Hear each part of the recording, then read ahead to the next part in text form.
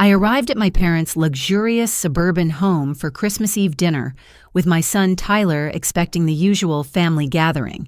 Instead, my father Harold blocked Tyler at the door, declaring, "Losers aren't welcome for Christmas," after discovering Tyler is taking prerequisites at community college instead of going directly to a prestigious university.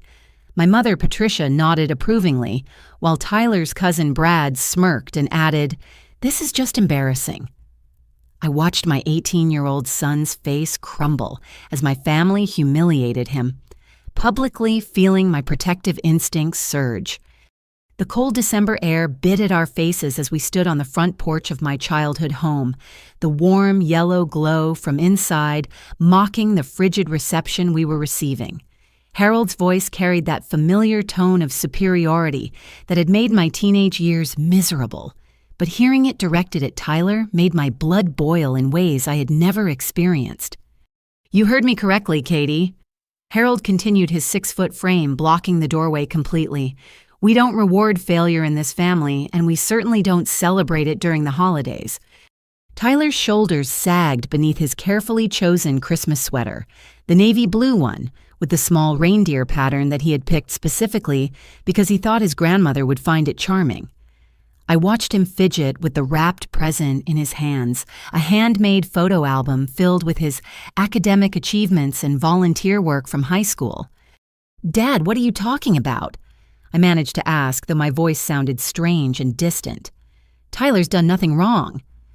Patricia appeared behind Harold, her perfectly styled silver hair catching the porch light. She wore her expensive burgundy dress, the one she reserved for special occasions, when she wanted to remind everyone of the family's financial status. Her lips were pressed into a thin line of disapproval. "Nothing wrong," she repeated, her voice dripping with disdain. "Katie, your son is attending community college. Community college. Do you understand how that reflects on our family name, or—" I felt Tyler stiffen beside me, and I could practically hear his heart breaking. This was supposed to be a celebration, a time for family and love and gratitude. Instead, my parents were treating my brilliant, hard-working son like he had committed some unforgivable sin. "We've been preparing for this conversation for weeks," Harold announced, and something cold settled in my stomach. "Your mother and I have discussed this extensively. We cannot continue to pretend that Tyler's choices are acceptable." Preparing? I echoed the word, feeling foreign on my tongue. Patricia stepped forward, her expensive perfume mixing with the scent of pine and cinnamon wafting from inside the house. "We've spoken to the entire family, Katie. Everyone agrees that tough love is what Tyler needs right now." My heart hammered against my ribs as the implications of her words sank in. "Everyone—" "Your brother Mark is inside with Jennifer and Brad," Harold explained with satisfaction. "They understand our position. Brad has been accepted to Yale's pre-med program with a full scholarship. He's what we call family material. Tyler, on the other hand—" He gestured dismissively at my son, who stood frozen beside me like a deer caught in headlights. Tyler's dark eyes, so much like his father's, were filling with tears that he was desperately trying to hold back. "We even prepared a proper place setting," Patricia added with cruel efficiency. 5 places for 5 family members. Tyler simply doesn't qualify for inclusion tonight." The front door opened wider, and I could see into the dining room where the antique mahogany table gleamed under the crystal chandelier. 5 plates were indeed set with my mother's finest china, the pattern with the delicate blue roses that had been passed down through generations. 5 sets of silverware, 5 cloth napkins, 5 wine glasses. The absence of a 6th setting felt like a physical blow. "You planned this," I whispered, understanding flooding through me like ice water. "You actually planned to exclude him." "We planned to teach him a lesson," Harold corrected. "Sometimes reality is the best instructor." Brad's voice drifted from inside the house, loud and confident, as he described his latest academic achievement to someone. My nephew had always been the golden child, the one who met every expectation and exceeded every goal. But hearing his success used as a weapon against Tyler made me want to scream. "Tyler works harder than any of us," I said, my voice gaining strength. He's maintained a 4.0 GPA while working 3 jobs. He's more dedicated than most adults I know. Dedication to mediocrity is still mediocrity, Patricia replied smoothly. We've been telling our neighbors that Tyler is taking a gap year to figure himself out. It's been quite embarrassing when they ask follow-up questions. Tyler made a small sound beside me, somewhere between a whimper and a gasp. I looked at him and saw that his face had gone completely pale, his freckles standing out starkly against his skin. The photo album in his hands was shaking. We've also been in contact with the neighbors about their children's college acceptances, Harold continued. The Hendersons' daughter got into Princeton. The Murphys' son is attending Harvard Medical School. When people ask about Tyler, he trailed off meaningfully, letting the implication hang in the air like smoke. You've been lying about him. I realized my voice barely above a whisper. We've been protecting the family reputation, Patricia corrected, which is more than you've been doing as his mother. The words hit me like a slap across the face. 20 years of feeling inadequate in my parents' eyes came rushing back, every criticism and disappointed sigh echoing in my memory. But this wasn't about me anymore. This was about my son, my sweet, brilliant, hard-working son who deserved better than this cruelty. We're leaving, I announced, reaching for Tyler's arm. No, Harold said firmly. You're welcome to come inside, Katie. You're our daughter. And despite your poor choices, we love you. But Tyler needs to learn that actions have consequences. Perhaps spending Christmas alone will motivate him to make better decisions about his future. The suggestion that they expected me to abandon my son and enjoy dinner while he sat alone somewhere was so outrageous that I couldn't immediately respond. The audacity of it rendered me speechless. He's not family material anymore, Patricia added with finality. Not until he proves he can live up to our standards. Tyler dropped the photo album and it hit the concrete porch with a soft thud. The carefully wrapped package split open, revealing pages of his achievements scattered across the ground. Academic awards, volunteer certificates, recommendation letters from teachers who believed in him. The wind caught some of the papers, sending them skittering across the lawn like fallen leaves. And that was when Harold delivered the final blow. We're also removing Tyler from our will, he announced with satisfaction. Consider it tough love for a failure. The warmth that escaped through the open door felt like mockery against my frozen face as Harold's words echoed in my ears. Tyler bent down to gather the scattered papers from his ruined photo album, his movements mechanical and defeated. I wanted to help him, to shield him from this humiliation, but I was paralyzed by the sheer cruelty of what was happening. You can't be serious, I managed to say, though my voice sounded weak even to my own ears. We've never been more serious, Patricia replied, adjusting her pearl necklace with manicured fingers. Come inside, Katie. Let's discuss this like adults while Tyler learns an important lesson about consequences. Against every instinct screaming at me to grab Tyler and run, I found myself stepping over the threshold. I needed to understand the full scope of this betrayal to know exactly what my family had done to my son. Tyler followed behind me, clutching the damaged photo album to his chest like armor. The inside of my childhood home looked exactly as it always did during the holidays. Garland draped the banister of the curved staircase, and the 14-foot Douglas fir dominated the living room corner, decorated with ornaments collected over decades. The smell of roast turkey and homemade stuffing filled the air, creating a perfect Norman Rockwell scene that felt completely surreal given the circumstances. Mark emerged from the kitchen carrying a bottle of wine, his face lighting up when he saw me. My younger brother had always been the peacekeeper in our family, the one who smoothed over conflicts and found middle ground. Surely he would be reasonable about this situation. Katie, great timing, he said warmly. Then his expression shifted when he noticed Tyler hovering uncertainly by the door. Oh, I thought we discussed the seating arrangement. My heart sank as I realized that Mark was not only aware of the plan to exclude Tyler, but had actively participated in it.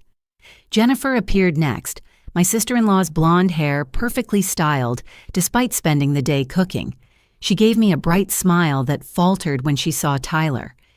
"Sweetie, maybe Tyler would be more comfortable at home tonight," Jennifer suggested gently. "This is really more of an adult conversation anyway." "Adult conversation," I repeated numbly. Brad bounded down the stairs with the confidence that only came from never having faced real disappointment.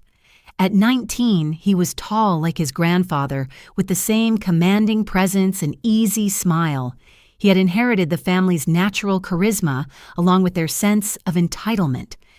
"Aunt Katie, perfect timing," he said enthusiastically. "I was just telling everyone about my research opportunity at the medical center. Did you know I'll be working directly with the head of cardiology next semester?" He didn't acknowledge Tyler's presence at all, as if my son had become invisible. Tyler stood near the entryway like a ghost, haunting his own exclusion, still holding the remnants of his photo album. "We should all sit down," Harold announced, gesturing toward the living room. "Katie needs to understand why we've made these difficult decisions." The living room furniture had been rearranged to create a semicircle facing the fireplace, with Harold's leather chair positioned like a throne at the center. It felt disturbingly like an intervention or a trial. I took a seat on the sofa, and Tyler perched uncomfortably on the edge beside me, ready to flee at any moment. We've been discussing Tyler's situation for months. Patricia began settling into her favorite armchair with practiced elegance. Ever since we learned about his college choice. Months. I asked, feeling like the air was being sucked from the room. Mark nodded solemnly. "We're worried about you, Katie. About both of you, really.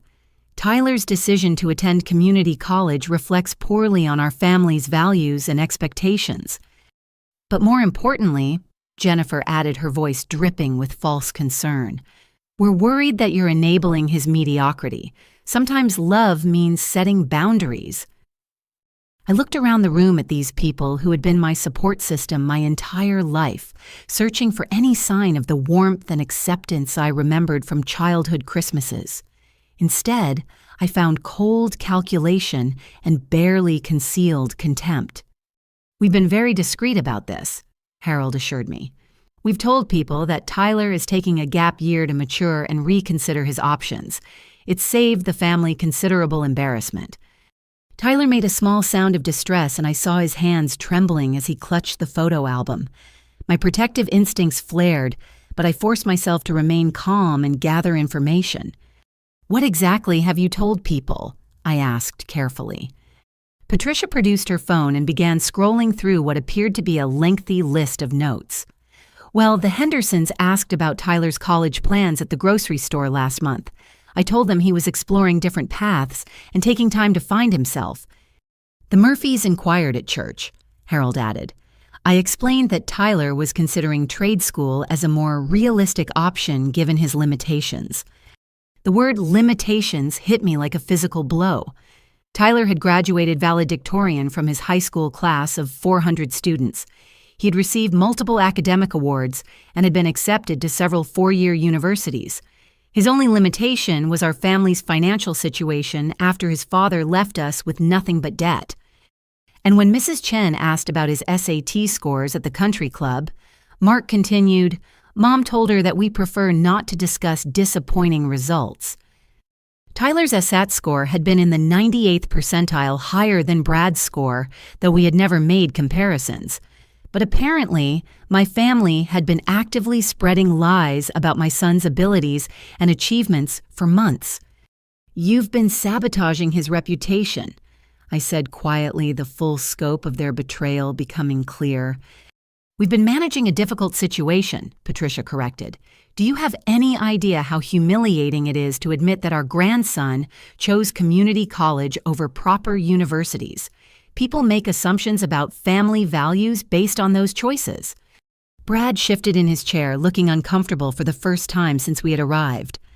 "Maybe we could talk about this after Tyler leaves," he suggested awkwardly. "No," Harold said firmly. "Tyler needs to hear this. He needs to understand how his decisions affect the entire family." Jennifer nodded in agreement. We've always been supportive of Tyler, but support doesn't mean accepting failure. Sometimes the kindest thing we can do is refuse to enable poor choices. I wanted to point out all of Tyler's accomplishments to list every award and achievement he had earned through hard work and dedication, but I could see that my family had already made up their minds. They had constructed a narrative where Tyler was a disappointment, and they were determined to stick to that story regardless of evidence to the contrary. We've also been discussing your parenting choices. Katie. Patricia continued, her voice taking on a sharper edge. A single mother raising a son without proper male guidance inevitably leads to these kinds of problems. The criticism of my parenting felt like a knife twisting in my chest. I had sacrificed everything to give Tyler the best life possible after his father abandoned us.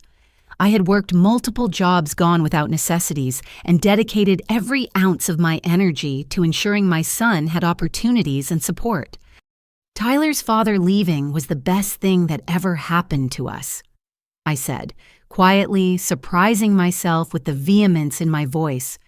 Was it? Harold challenged. Because from where we're sitting, the results speak for themselves. Tyler stood abruptly, the photo album falling from his lap and scattering more papers across the Persian rug. I should go, he said, his voice cracking with emotion.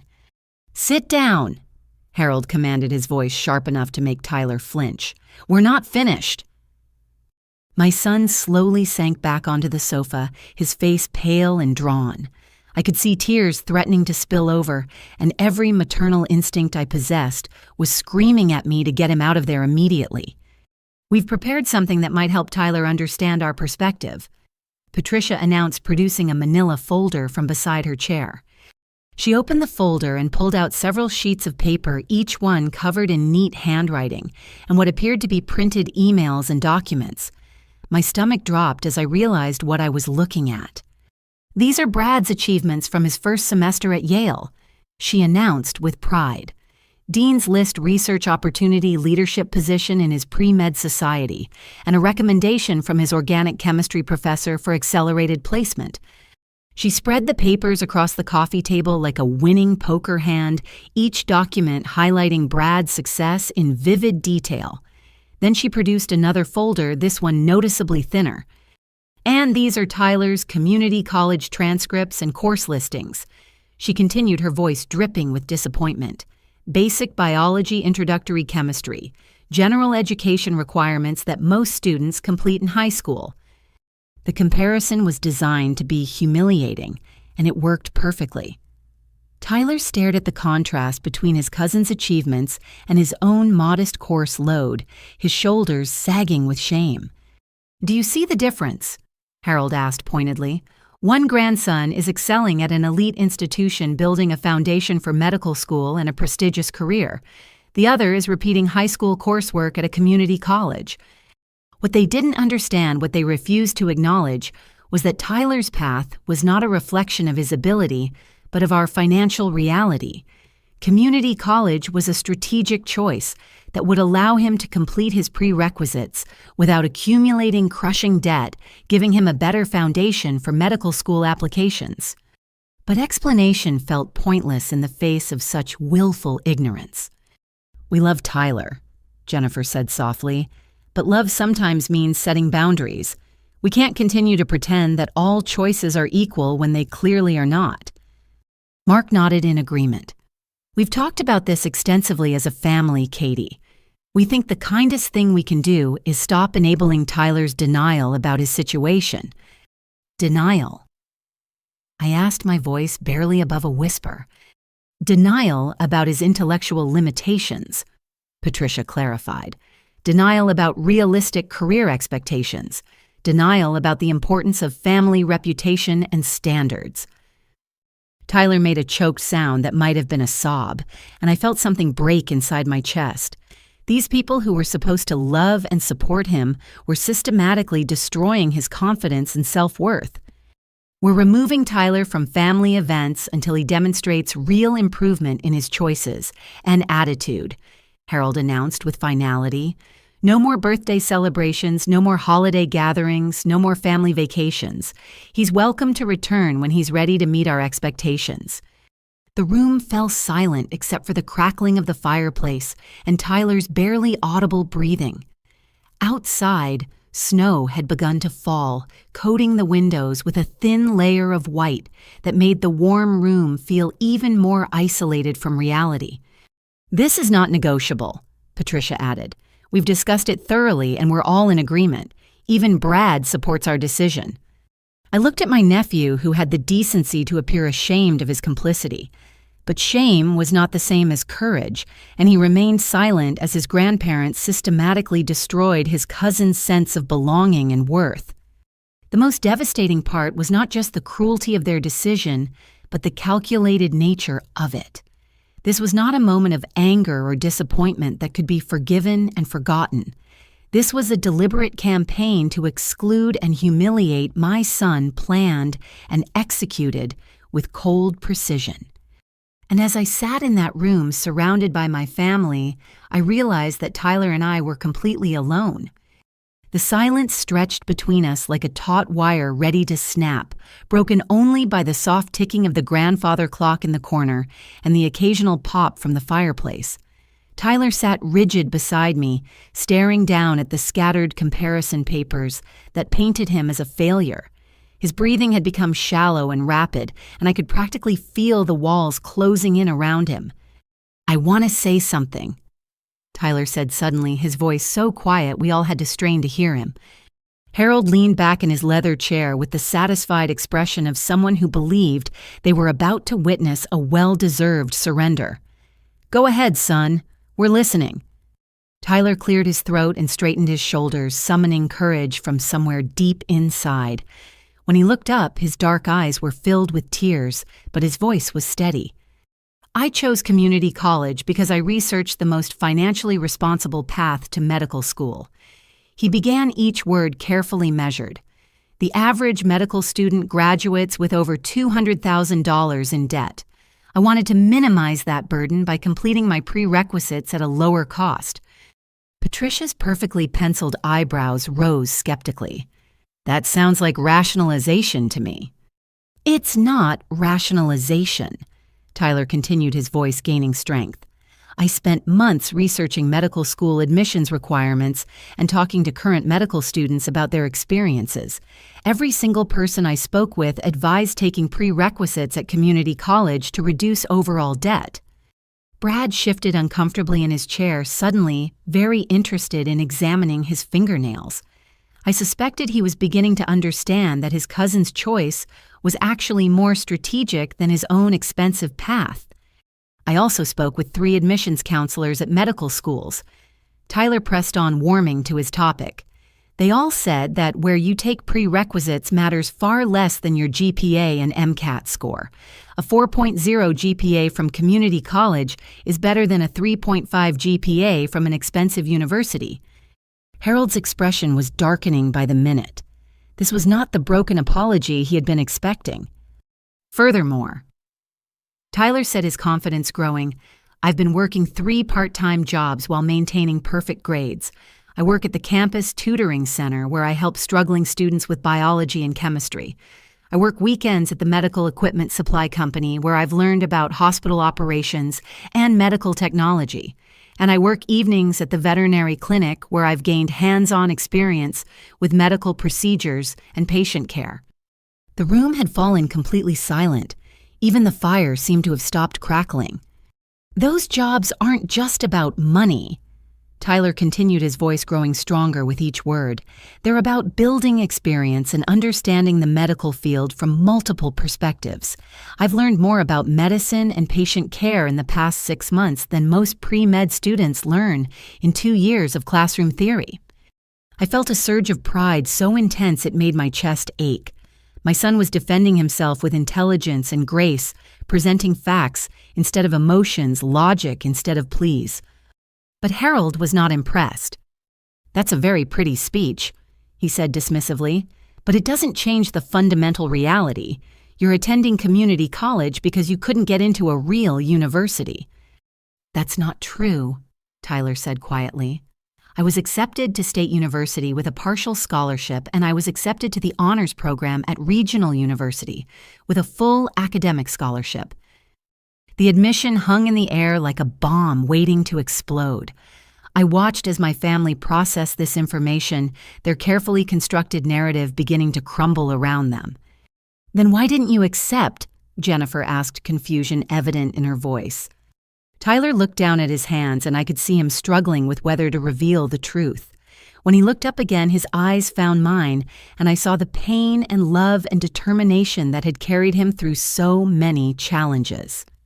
"Because my mom has been struggling financially since Dad left," he said simply. "She's been working 2 jobs to keep us afloat, and she's been putting money aside for my education, even though I know we can't afford it. I chose community college so she wouldn't have to sacrifice anymore for my dreams."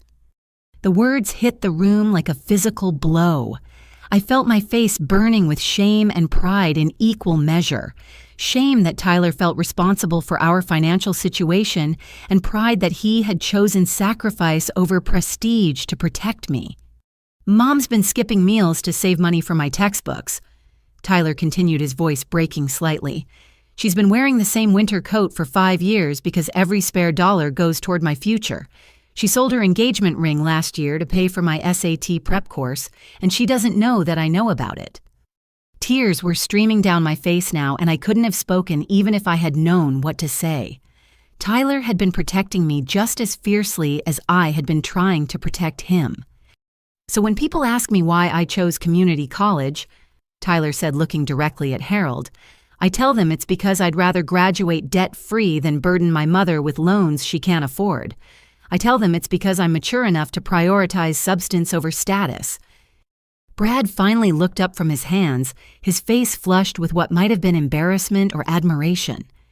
But Harold's response was swift and brutal. "That's exactly what I mean about making excuses," he said coldly. "Real men don't whine about difficult circumstances. They overcome them." The words hit Tyler like a slap, and I watched my son's newfound confidence crumble in real time. "Real men don't blame their mothers for their limitations," Patricia added with cutting precision. "They take responsibility for their own failures." Tyler's face went white, and his hands began trembling again.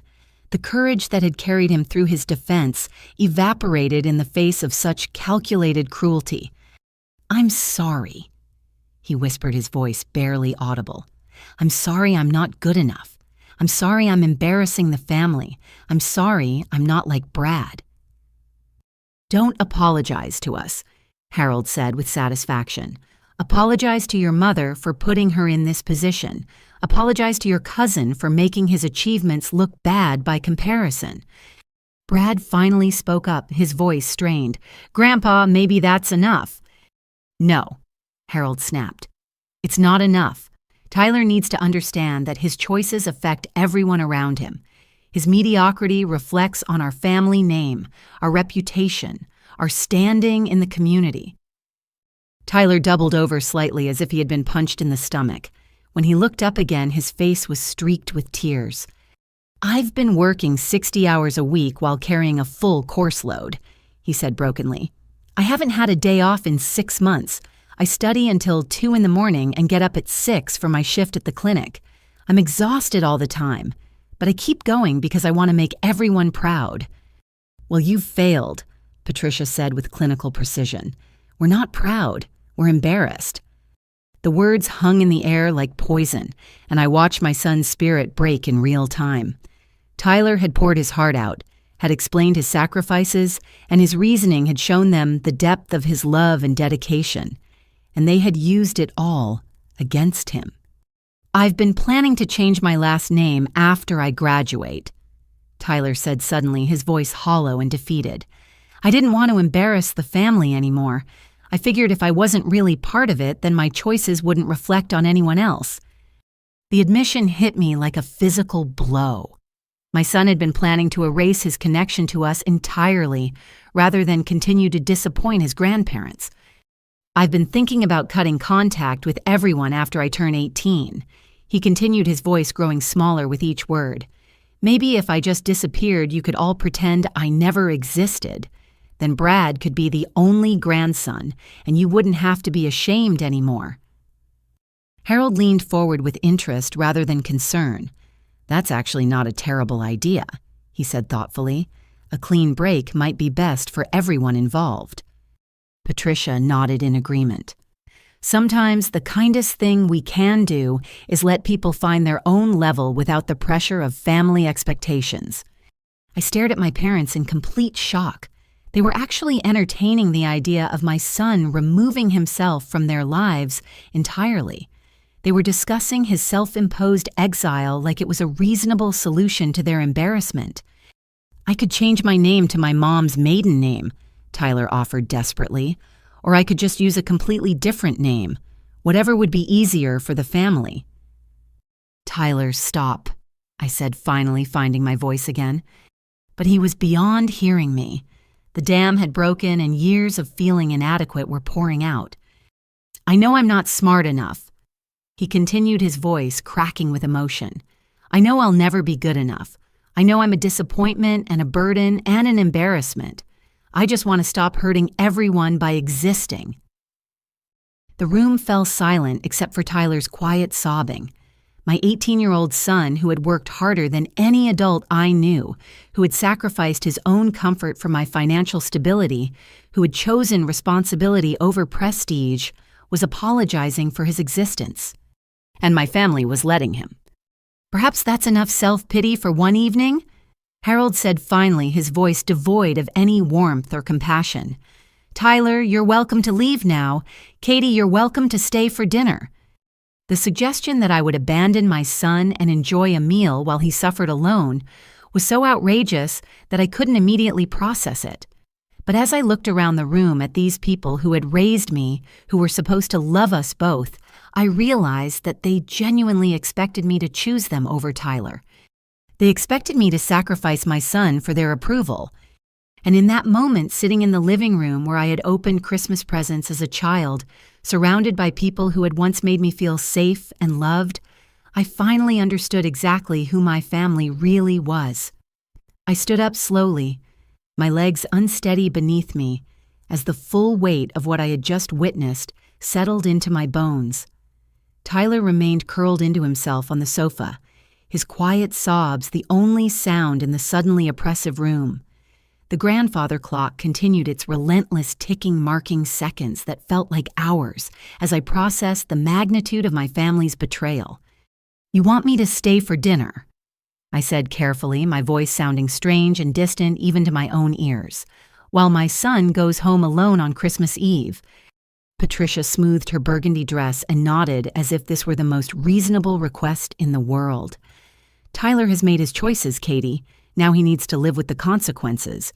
But you're always welcome here. You're our daughter." The word daughter felt like acid on my tongue. What kind of daughter would they expect me to be if I abandoned my child for their comfort? "We've prepared your favorite dessert," Jennifer added helpfully. "That chocolate trifle you used to love as a teenager. I thought it might help you remember what it feels like to be part of a real family celebration." A real family celebration. The words echoed in my head as I looked around the room at these people who had systematically destroyed my son's self-worth and were now expecting me to thank them for it. "We understand this is difficult," Mark said gently, his voice taking on that same condescending tone I remembered from childhood arguments. "But sometimes love means making hard choices. Tyler needs to learn that his actions affect other people." I almost laughed at the irony. They were lecturing me about how actions affect other people, while completely ignoring how their actions were affecting Tyler. "What about how your actions are affecting him?" I asked quietly. Harold's expression hardened. "Our actions are intended to help him grow up and face reality. Your actions have been enabling his delusions and mediocrity." "My actions," I repeated, feeling something cold and dangerous stirring in my chest. "Yes," Patricia said firmly. "Your parenting choices have led directly to this situation. A single mother trying to raise a boy without proper masculine guidance inevitably produces these kinds of problems." The criticism of my parenting hit me like a physical blow, but this time I didn't absorb it quietly. This time I felt anger rising up to meet it. What exactly have I done wrong as a parent? I asked, my voice gaining strength. "You've coddled him," Harold replied immediately. "You've made excuses for his limitations instead of pushing him to exceed them. You've let him settle for less instead of demanding excellence."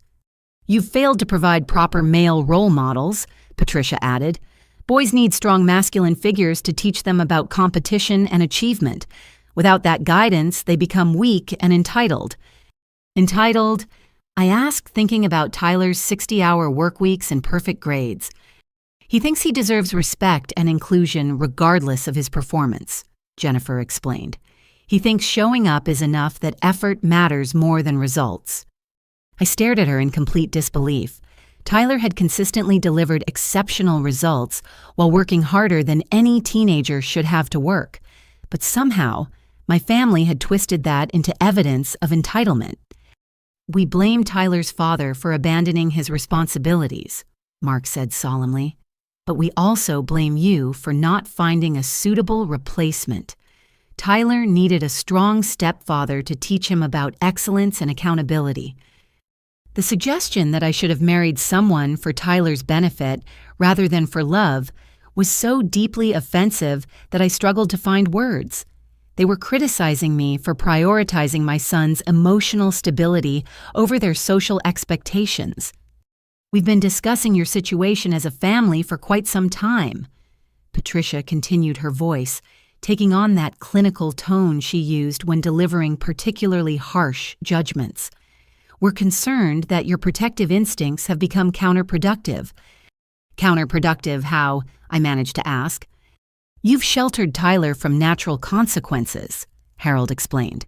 "You've worked multiple jobs to support his dreams instead of letting him face the reality of his limitations. You've made sacrifices that enabled his unrealistic expectations." I thought about all those sacrifices they were criticizing. The meals I had skipped so Tyler could eat, the overtime shifts I had worked to pay for his textbooks, the winter coats I had mended instead of replacing so that money could go toward his future. "Those sacrifices were motivated by love," I said quietly. "They were motivated by guilt and overcompensation," Patricia corrected. "You felt guilty about the divorce, so you tried to make up for Tyler's father's absence by being both mother and father. The result is a confused young man who doesn't understand his place in the world." The analysis of my motivations was so far from reality that I almost couldn't respond. I had made sacrifices because I loved my son and wanted him to have opportunities, not because I felt guilty about anything. "We're not trying to hurt your feelings, Katie," Jennifer said gently. "We're trying to help you see the situation clearly. Sometimes love means setting boundaries and allowing natural consequences to teach important lessons." "Natural consequences," I repeated slowly. "Tyler chose community college over real universities," Mark explained. "The natural consequence is exclusion from family events that celebrate academic achievement. It's not cruel, it's logical." I looked over at Tyler, who was still sitting hunched over on the sofa, his face hidden in his hands. My brilliant, hard-working, kind-hearted son, who had sacrificed his own comfort to protect me from financial strain.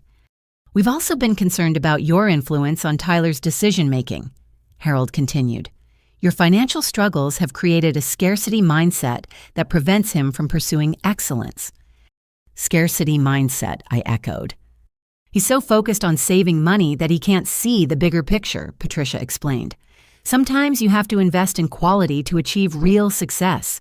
His penny-pinching approach to education will limit his opportunities in the long run."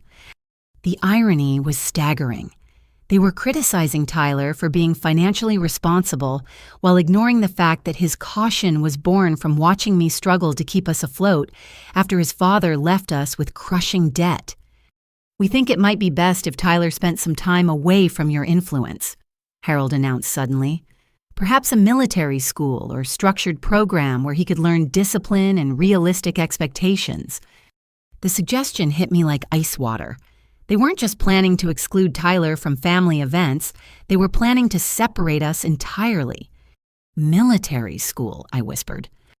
"Or perhaps he could live with his father for a while," Patricia suggested. "Learn some hard lessons about self-reliance and personal responsibility." Tyler's father had abandoned us when Tyler was 10 years old, leaving behind only debt and broken promises. He had remarried within a year and started a new family showing zero interest in maintaining a relationship with Tyler. The suggestion that Tyler should live with a man who had rejected him was breathtakingly cruel. His father wants nothing to do with him, I said, my voice cracking with emotion. Perhaps that would motivate Tyler to become more worthwhile, Harold replied with cold logic. Nothing teaches a young man about excellence like being forced to earn approval from a demanding father figure. I stared at my father in complete horror. He was suggesting that Tyler should be emotionally abused and rejected as a form of character building. We're also concerned about Tyler's influence on Brad, Jennifer added suddenly. Brad has been asking questions about community college and wondering if he should consider a more affordable path. We can't allow Tyler's mediocrity to contaminate Brad's excellence. The fear that Tyler's practical wisdom might influence Brad to make financially responsible choices was apparently more threatening to them than Tyler's emotional well-being. Brad is already enrolled at Yale, I pointed out. Yes, but he's been questioning whether the debt is worth it, Mark explained. Tyler's example of settling for less is making Brad wonder if he should transfer to a state school to save money. The horror of it was becoming clear. They weren't just punishing Tyler for his choices. They were afraid his intelligence and maturity might influence Brad to make similarly wise decisions. We need Tyler to understand that his choices don't exist in a vacuum, Patricia concluded. When he settles for mediocrity, it affects everyone around him. When he chooses community college over real universities, it sends a message that excellence isn't important. I looked around the room one more time, taking in the faces of people who had been my support system for 37 years. People who had celebrated my birthdays, attended my graduation, comforted me during my divorce. People who had held Tyler as a baby and taught him to ride a bicycle and cheered at his baseball games. And now they were systematically destroying him in the name of family values and social expectations. I understand now, I said quietly, and I saw relief flash across several faces. But they had misunderstood my meaning entirely. I understood that my family's love was conditional on meeting their expectations. I understood that their support came with strings attached and could be withdrawn at any moment. I understood that they valued appearances more than actual character status, more than kindness and conformity, more than integrity.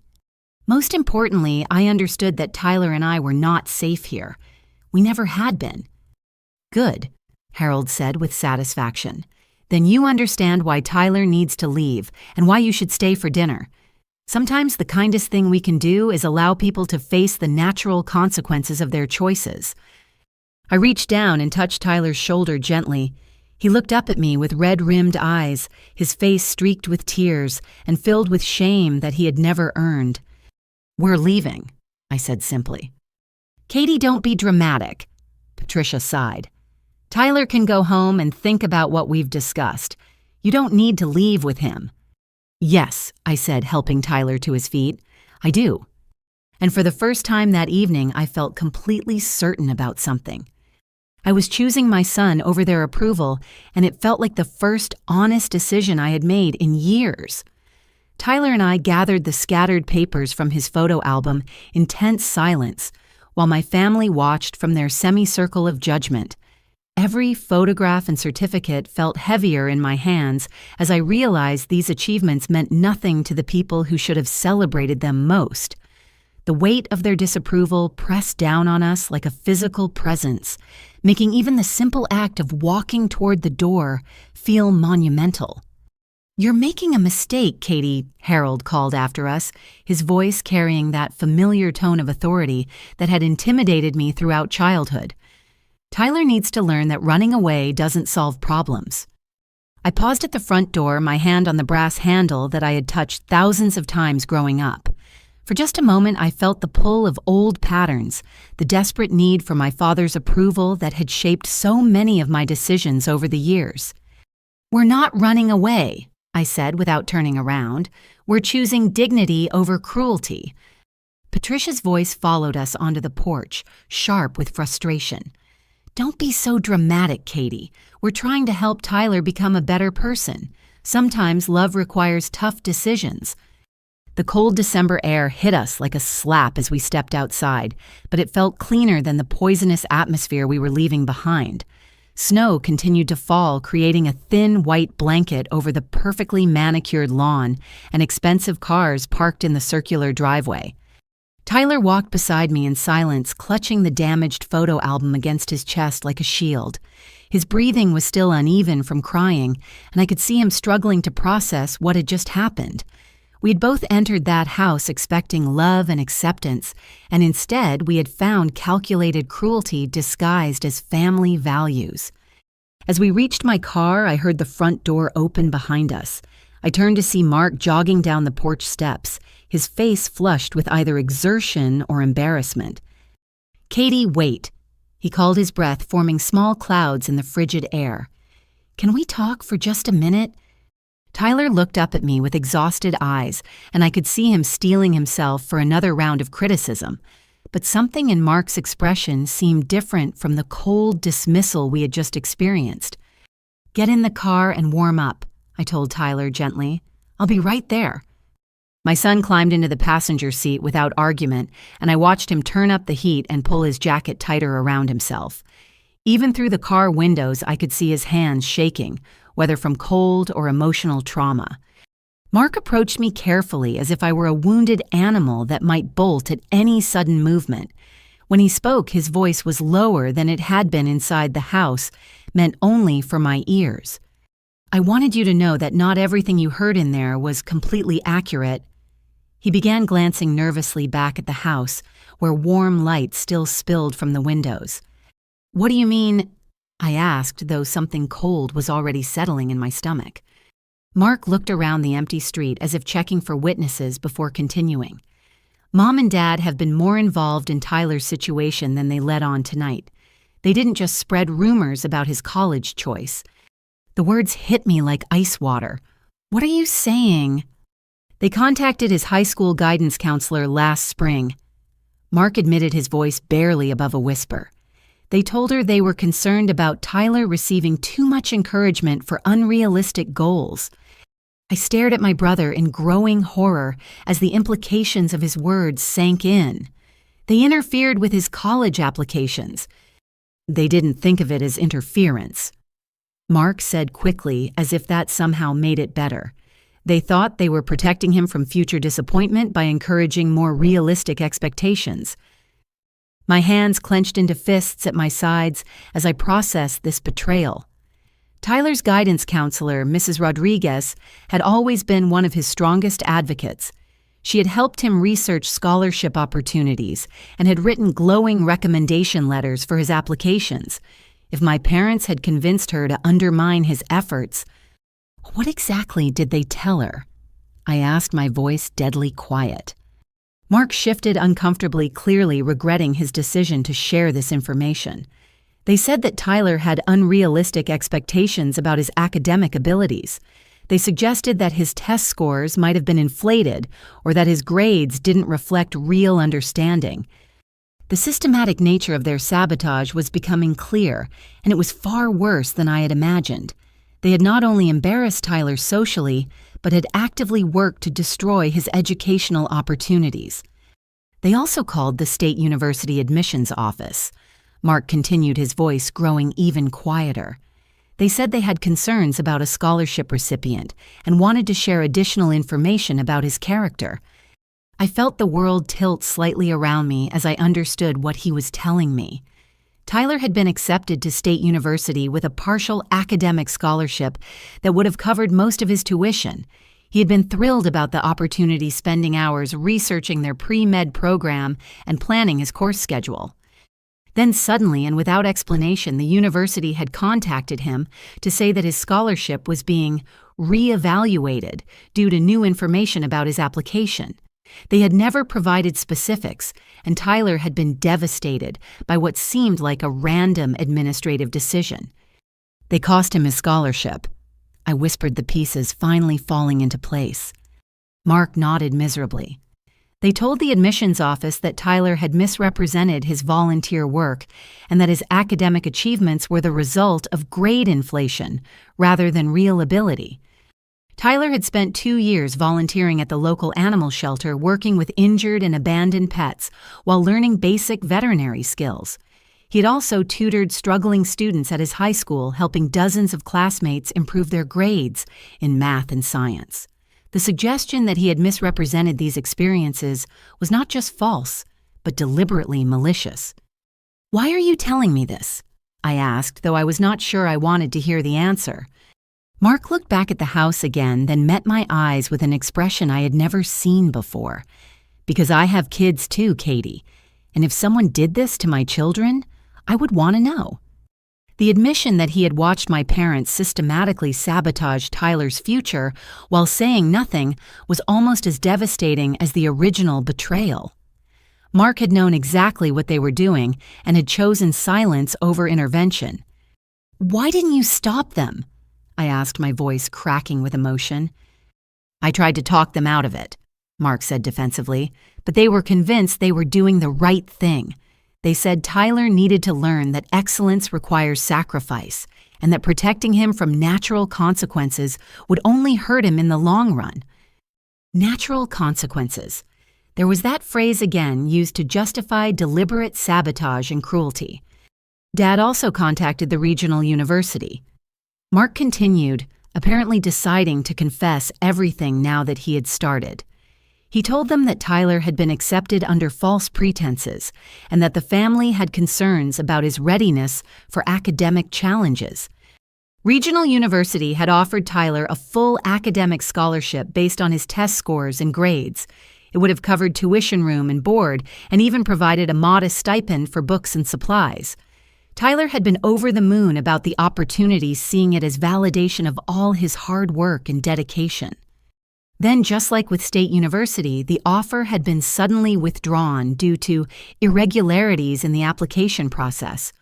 Tyler had been heartbroken, convinced that he had somehow made a mistake or failed to meet some requirement he had not understood. He destroyed every opportunity Tyler had. I said the full scope of Harold's campaign becoming clear. "Not every opportunity," Mark corrected quietly. Community college was never contacted because Dad didn't think it mattered. He figured if Tyler was determined to settle for mediocrity, then mediocrity was what he deserved. The casual cruelty of that decision was breathtaking. Harold had systematically destroyed Tyler's chances at the universities that had recognized his potential while leaving him only the option that he could then use as evidence of Tyler's inadequacy. "There's more," Mark said reluctantly. "Mom has been talking to people at her church about Tyler's situation. She's been asking for prayers for a grandson who has lost his way and needs guidance back to the path of righteousness." The idea that Patricia had been using Tyler's college choice as a prayer request, painting him as a troubled young man who needed spiritual intervention, was so deeply humiliating that I felt physically sick. "She's also been discussing the situation with her book club," Mark continued. "She tells them that modern parenting has become too permissive and that children like Tyler are the inevitable result of not setting proper boundaries." My mother had been using my son as a cautionary tale, spreading intimate details of our family situation to anyone who would listen, while positioning herself as the wise grandmother, trying to save a wayward child. "And Dad has been talking to his business associates about the importance of maintaining family standards," Mark added. He uses Tyler as an example of what happens when families lower their expectations to accommodate mediocrity. Harold owned a successful construction company and was well connected in the local business community. The idea that he had been publicly humiliating Tyler in professional settings while discussing family values and personal responsibility made my blood boil. "How long has this been going on?" I asked, though I was not sure I wanted to know. Mark looked deeply uncomfortable as he considered the question. Since Tyler's junior year of high school, when he started talking about college plans, it escalated after he chose community college over the remaining options. 2 years.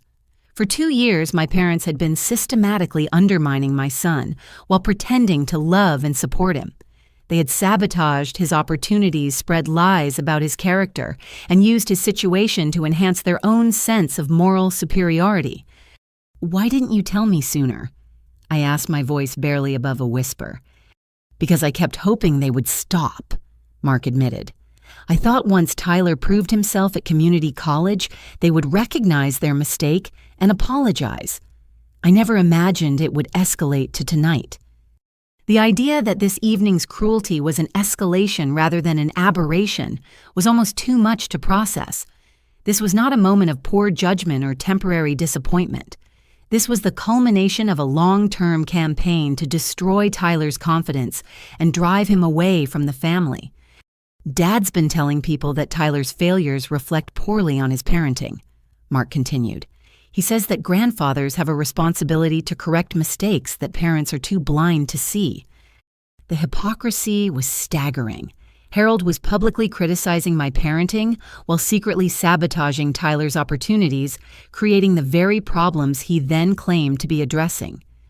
And Mom's been suggesting that Tyler might benefit from military school or some other structured environment where he could learn discipline and realistic goal setting, Mark added quietly. The suggestion that my academically successful, hardworking, responsible son needed to learn discipline was so ridiculous that it would have been laughable if it were not so malicious. "They've also been discussing the possibility of having him evaluated by a psychologist," Mark said. "They think he might have learning disabilities or emotional problems that explain his poor decision-making." The plan to pathologize Tyler's practical wisdom and financial responsibility was the final piece of their comprehensive assault on his character and future. I looked through the car window at Tyler, who was sitting quietly with his head leaning against the cold glass. My brilliant, kind, hard-working son, who'd been carrying the weight of his grandparents' disapproval and sabotage for 2 years without understanding why his opportunities kept disappearing. "I should have told you sooner," Mark said quietly. "I'm sorry, Katie. I really am."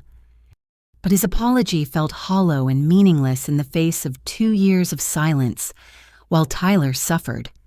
Mark had watched my parents destroy my son's opportunities and had chosen family loyalty over basic human decency. "I need to go," I said, turning away from him. "Katie, wait," Mark called after me. "What are you going to do?" I paused with my hand on the car door handle and looked back at my brother, seeing him clearly for the first time in my life.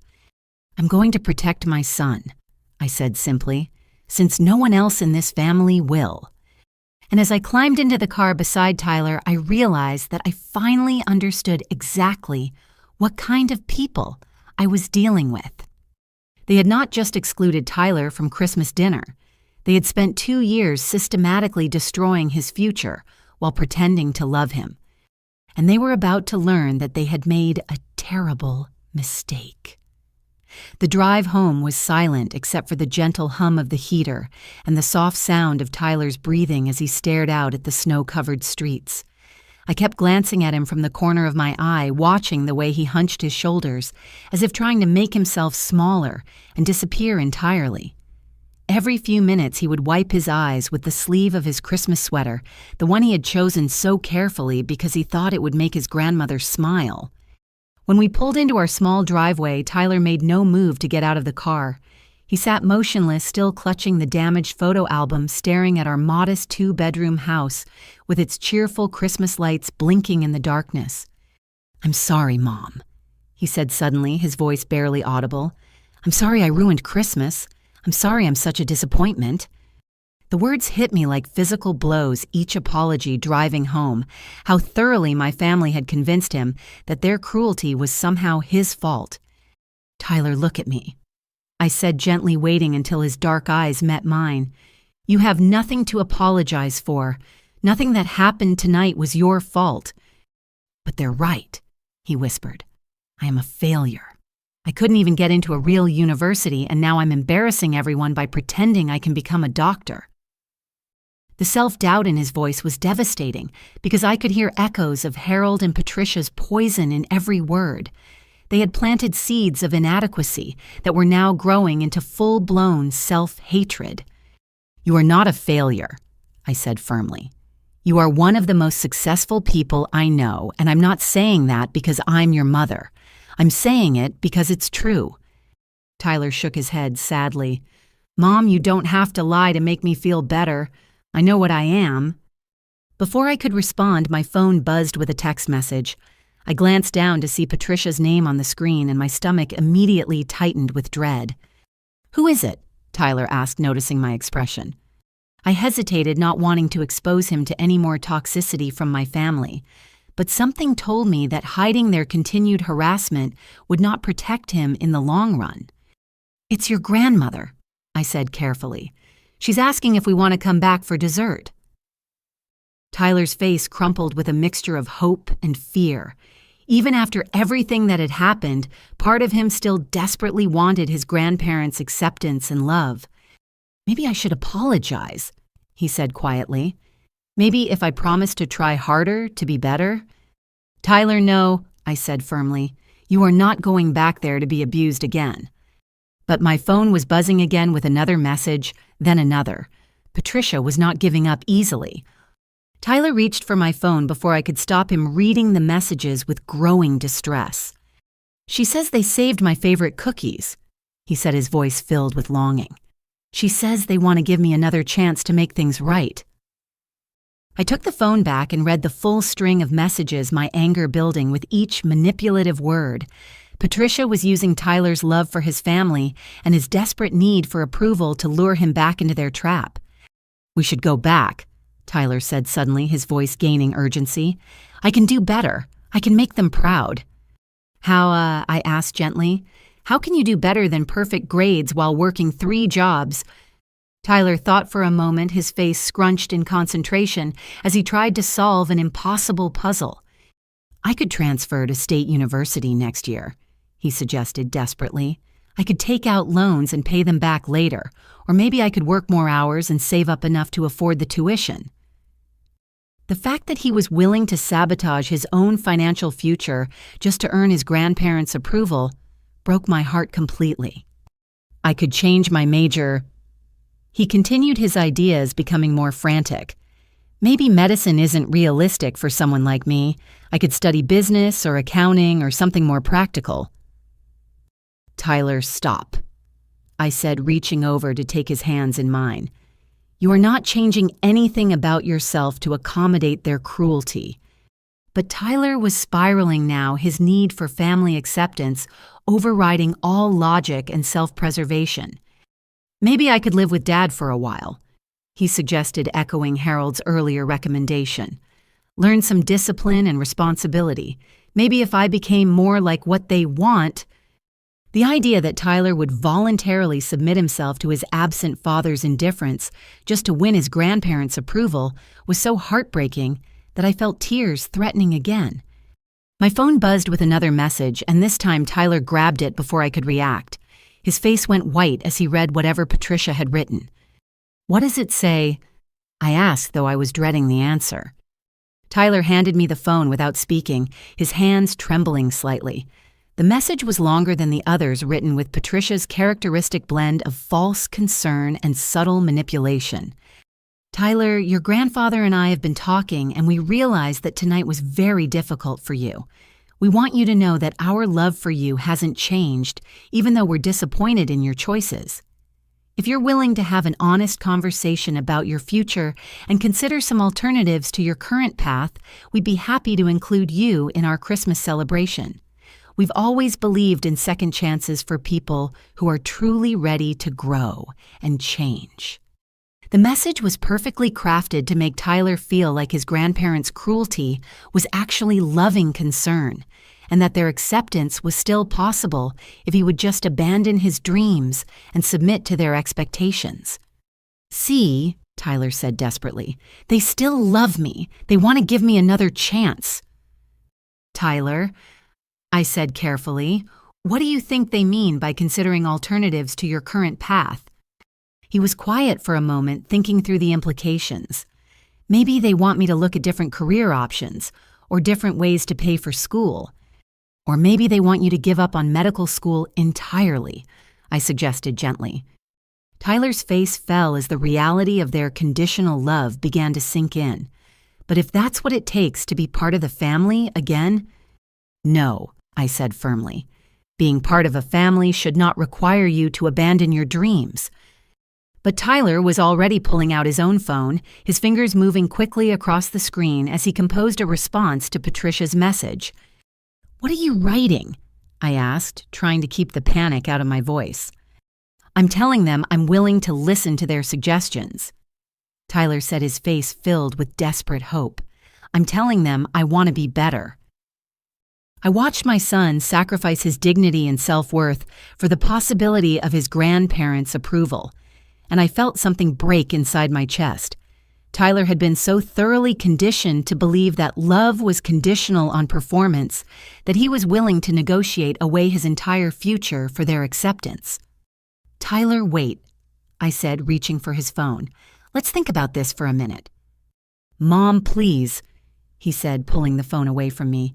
"This might be my only chance to fix things. I can't lose my family." The desperation in his voice was unlike anything I had ever heard before. Tyler was terrified of being alone, of being permanently cut off from the only extended family he had ever known. "I'll do whatever they want," he continued, his voice gaining urgency. "I'll transfer schools, change majors, work more hours, be more responsible. Whatever it takes." Before I could stop him, Tyler had sent the message.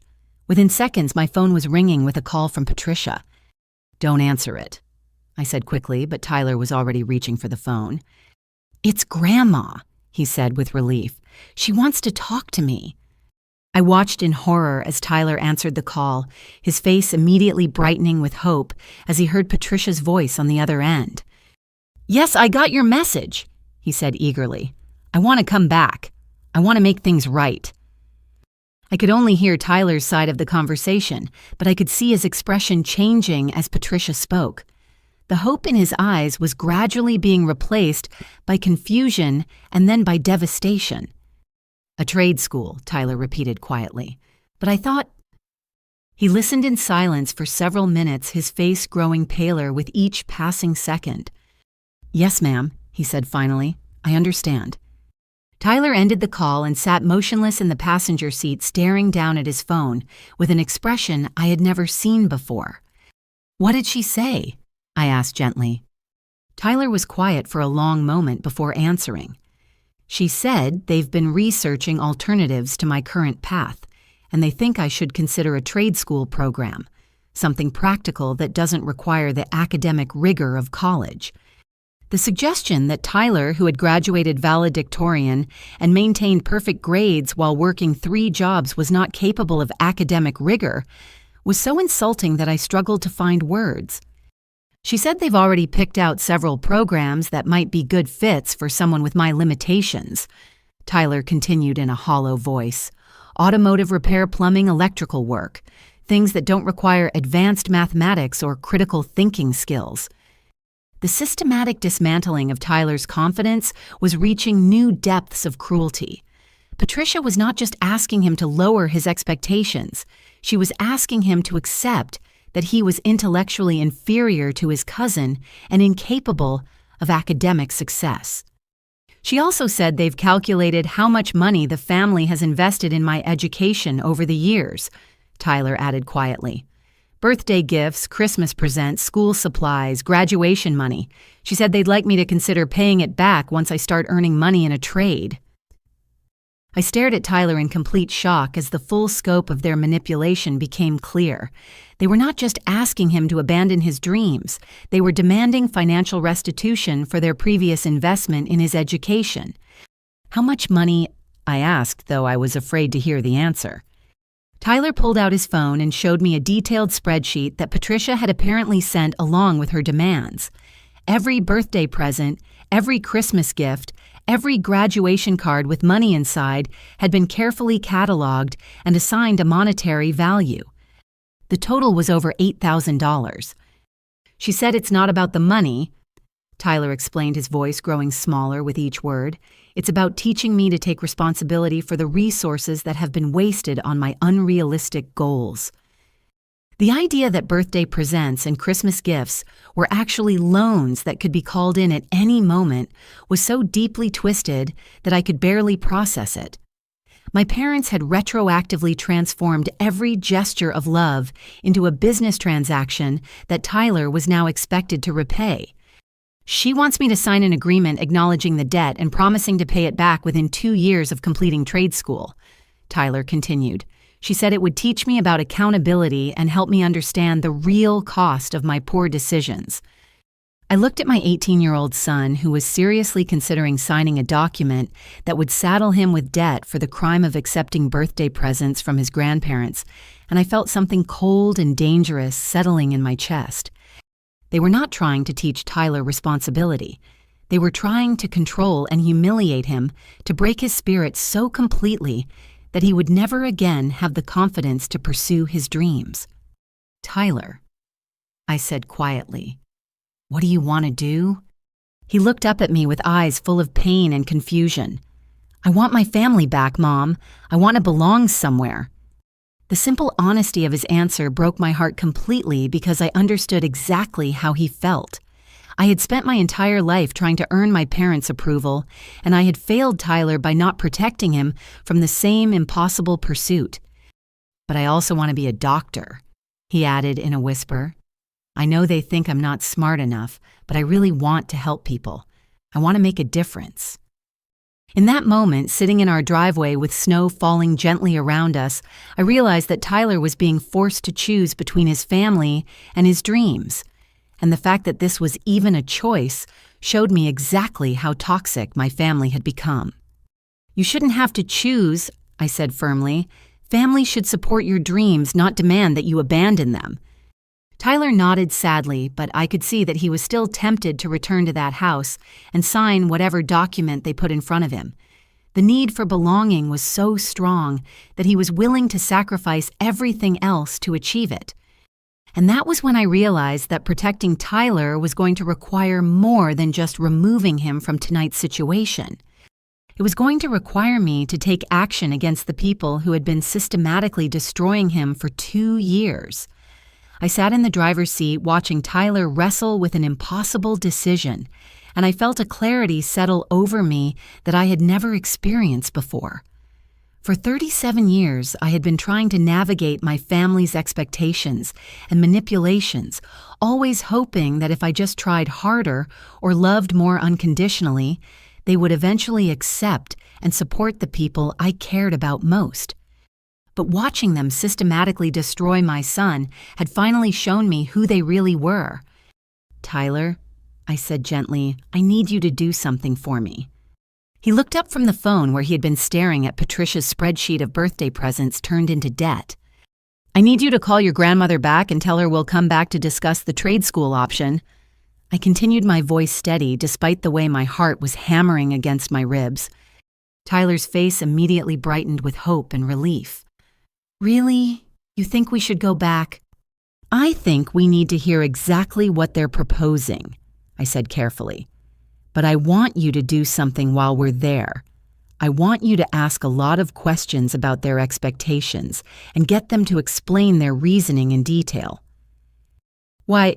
Tyler asked, confusion evident in his voice. "Because I want to understand their position completely before we make any decisions," I replied, which was technically true, though not for the reasons Tyler assumed. Tyler was already dialing Patricia's number, his fingers moving quickly across the screen in his eagerness to repair the relationship with his grandparents. I listened to his side of the conversation, marveling at how quickly his tone shifted from defeated to hopeful. "Yes, we'd like to come back and discuss everything," he said eagerly. "Mom wants to understand all the options you're suggesting." I could hear Patricia's pleased voice through the phone, though I could not make out her specific words. Whatever she was saying was making Tyler's face light up with the first genuine smile I had seen from him all evening. "We'll be there in 15 minutes, Tyler concluded, ending the call and turning to me with excitement. She said they've prepared a whole presentation about career alternatives and that they want to help me find a more realistic path to success. The idea that my parents had prepared a presentation about why Tyler should abandon his dreams was both impressive in its thoroughness and horrifying in its cruelty. But I nodded and smiled as if this were wonderful news. "That sounds very thoughtful of them," I said, starting the car and backing out of our driveway. As we drove back through the snowy streets toward my childhood home, I found myself thinking about all the times I had given my parents the benefit of the doubt, all the times I had made excuses for their criticism or rationalized their conditional love as somehow being in my best interest. I thought about Tyler at age 10 crying because Grandpa Harold had told him he was too sensitive for baseball and should find a sport for weaker children.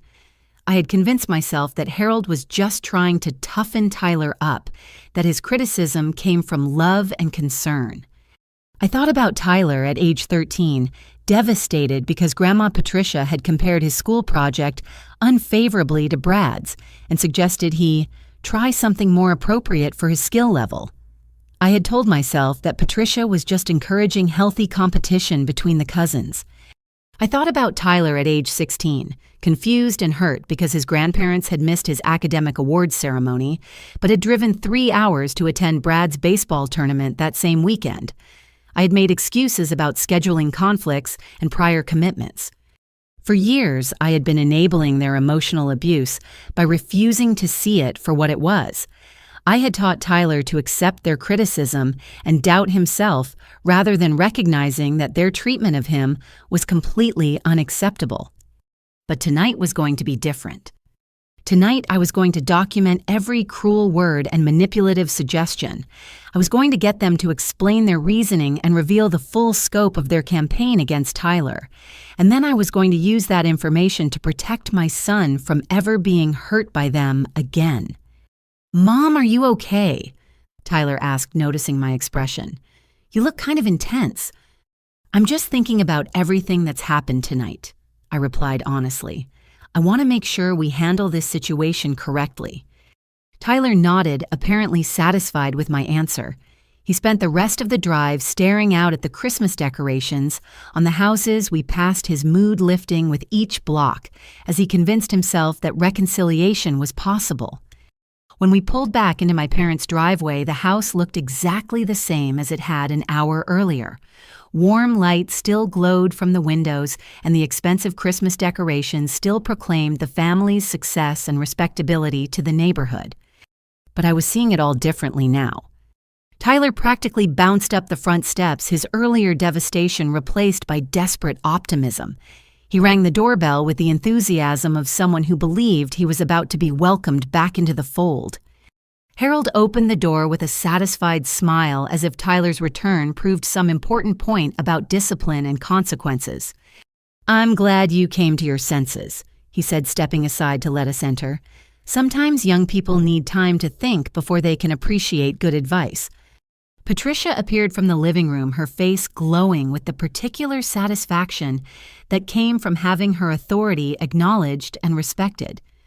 "Tyler, sweetheart, we're so proud of you for being mature enough to reconsider your options," she said warmly, embracing him with the kind of affection that had been completely absent during our earlier visit.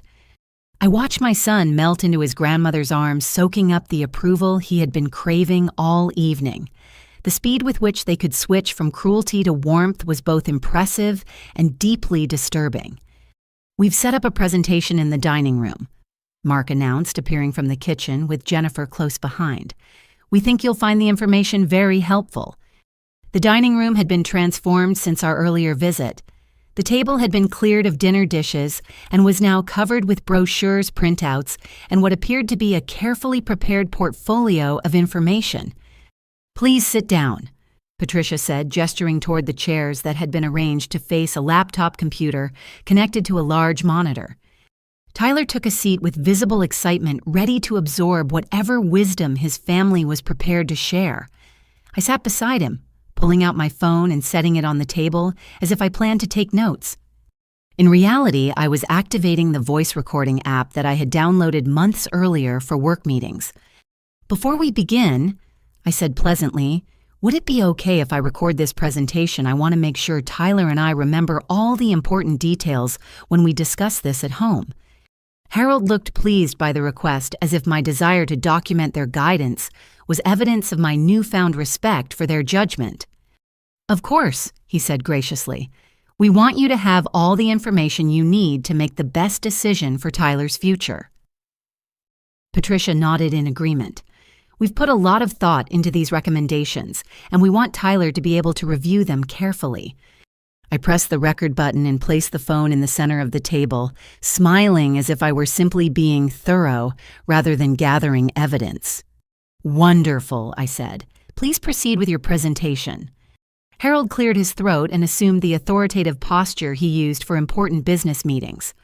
Tyler, your grandmother, and I have spent considerable time researching career alternatives that might be more appropriate for someone with your academic profile. Academic profile. Tyler asked, his voice eager and innocent.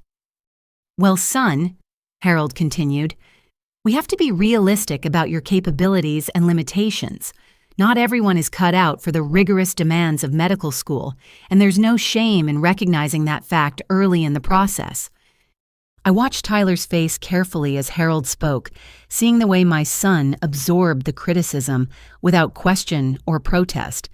Tyler had been so thoroughly conditioned to accept his grandparents' judgment that he was nodding along with their assessment of his inadequacy.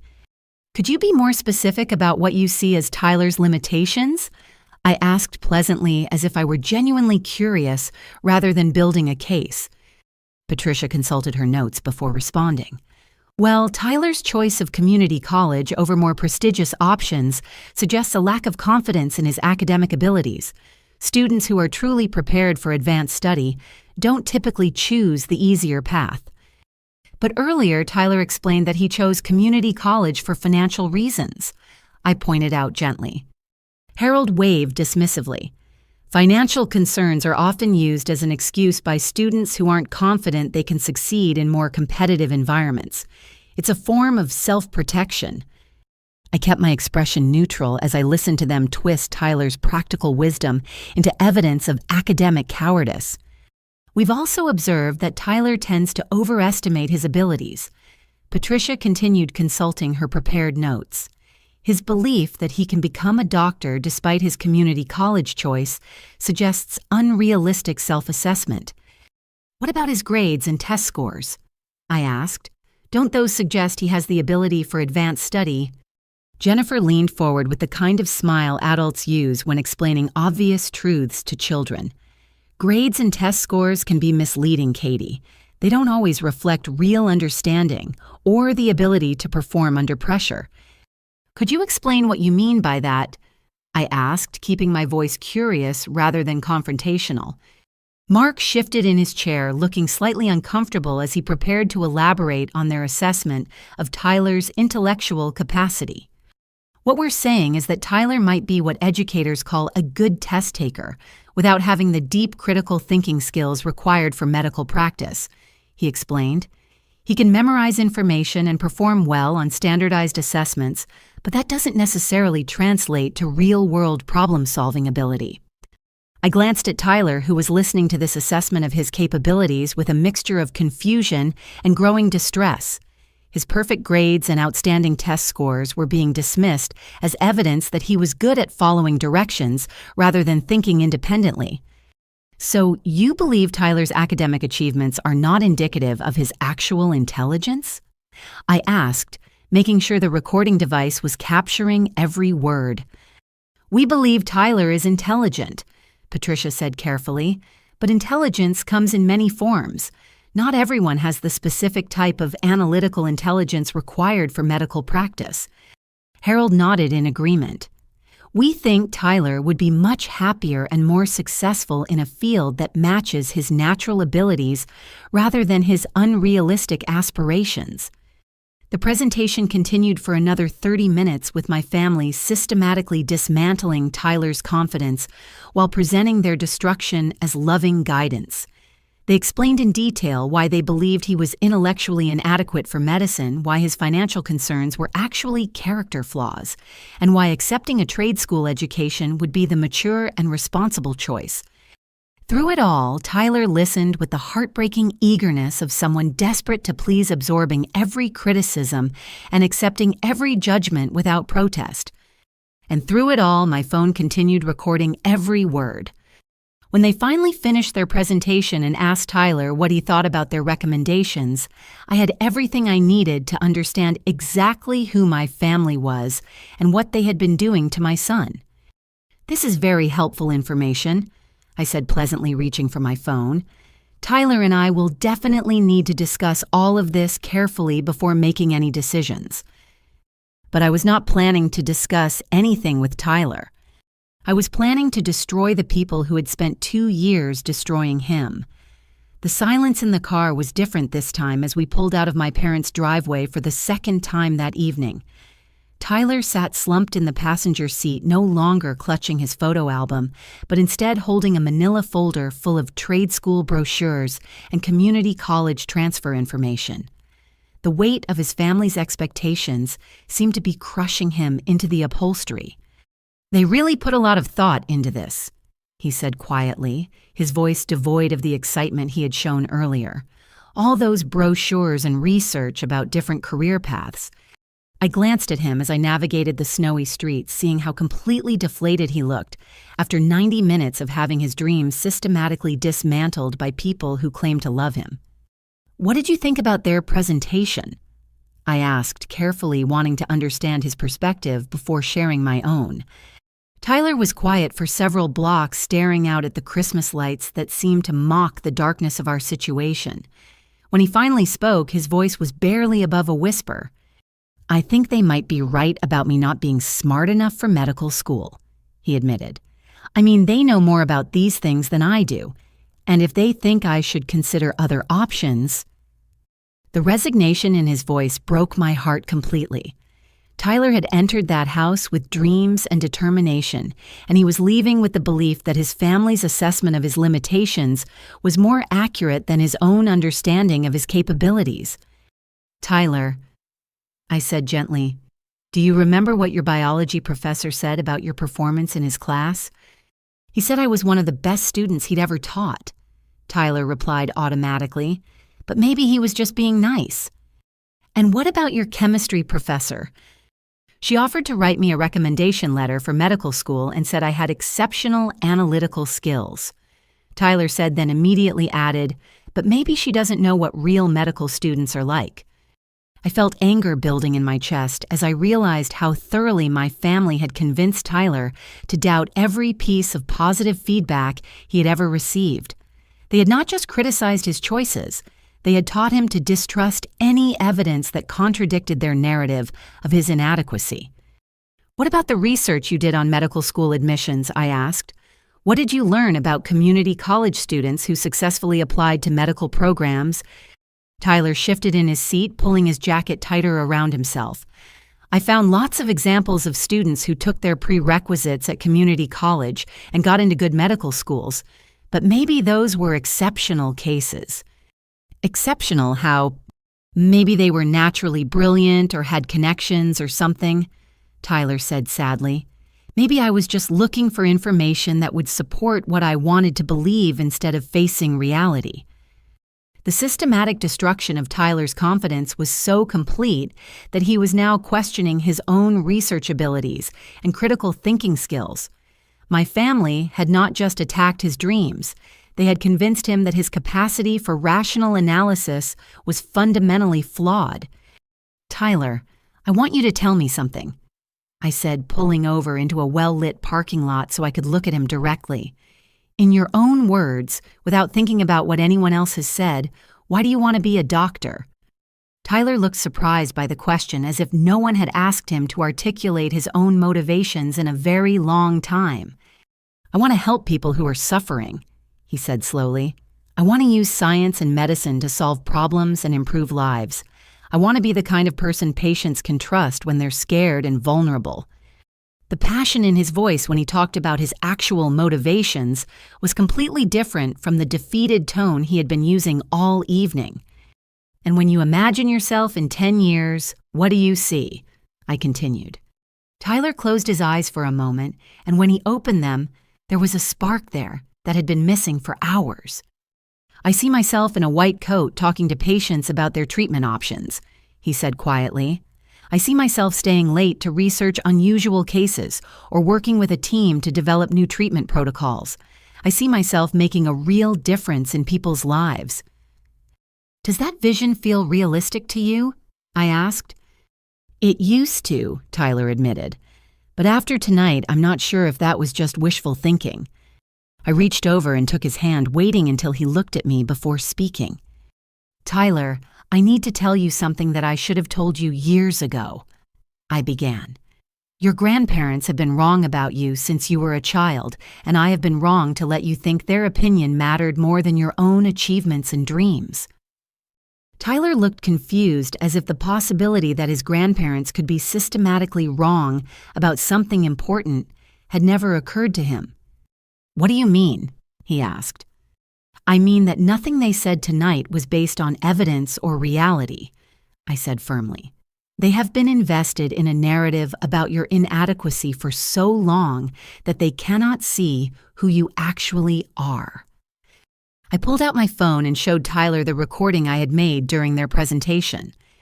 "I recorded everything they said tonight," I explained, "and I want you to listen to it with me tomorrow when you've had some sleep and some distance from their manipulation." Tyler stared at the phone as if it contained something dangerous.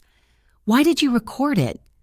"Because I wanted documentation of exactly what they said and how they said it," I replied honestly, "and because I suspected that their arguments would not hold up to scrutiny once we examined them carefully."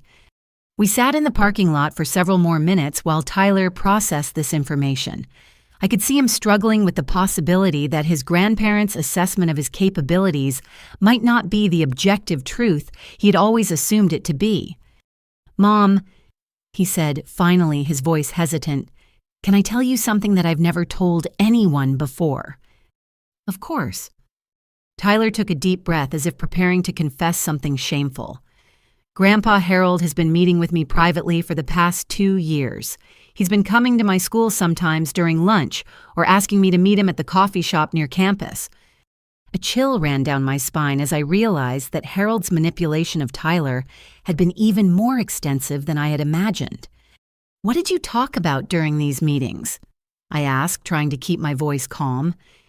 "He said he was concerned about my future and wanted to help me understand what it would take to be successful," Tyler explained. "He told me that my grades and test scores were good, but that I needed to be realistic about my limitations." The idea that Harold had been secretly meeting with Tyler to undermine his confidence while pretending to offer guidance was so manipulative that I felt physically sick. "He also said that you were struggling financially because of my college plans." Tyler continued, his voice growing smaller. "He said that a good son would choose a career path that wouldn't be such a burden on his mother." I felt my hands clench into fists as I understood how Harold had weaponized my love for Tyler against his own dreams. He had convinced my son that pursuing his goals was somehow selfish and harmful to me. "What else did he tell you?"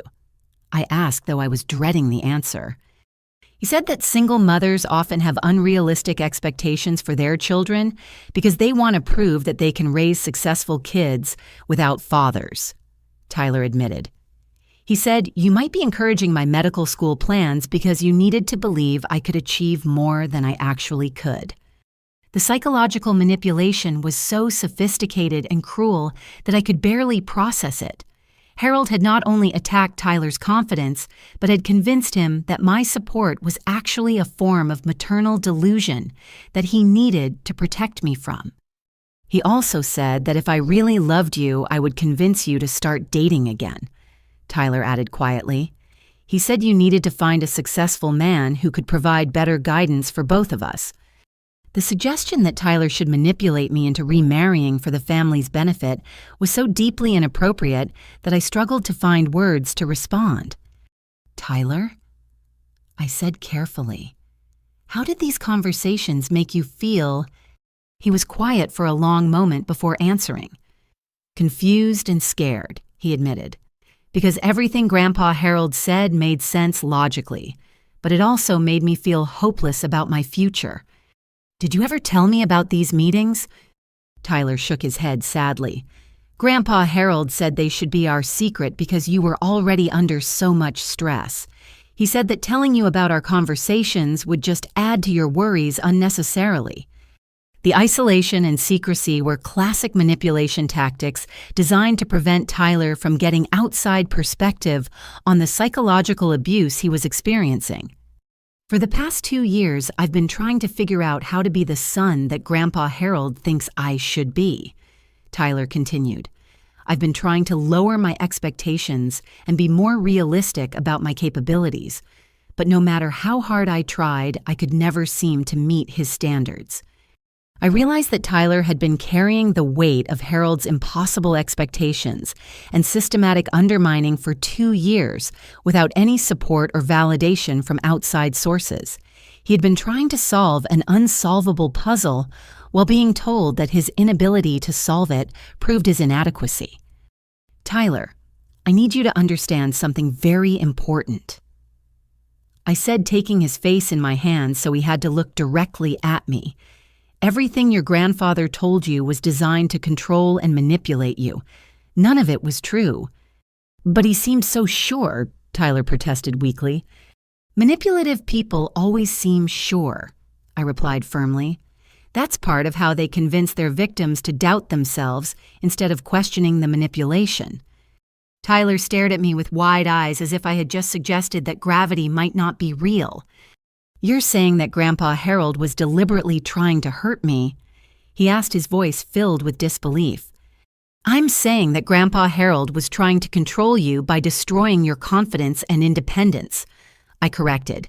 Whether he understood how harmful that was or not, the effect on you has been devastating.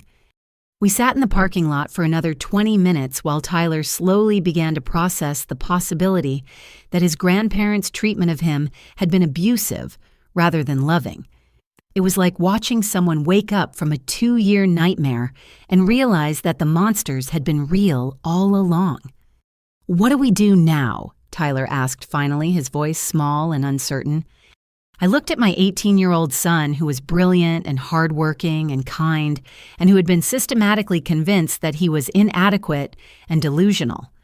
I thought about Harold's secret meetings and Patricia's public humiliation and Mark's complicit silence.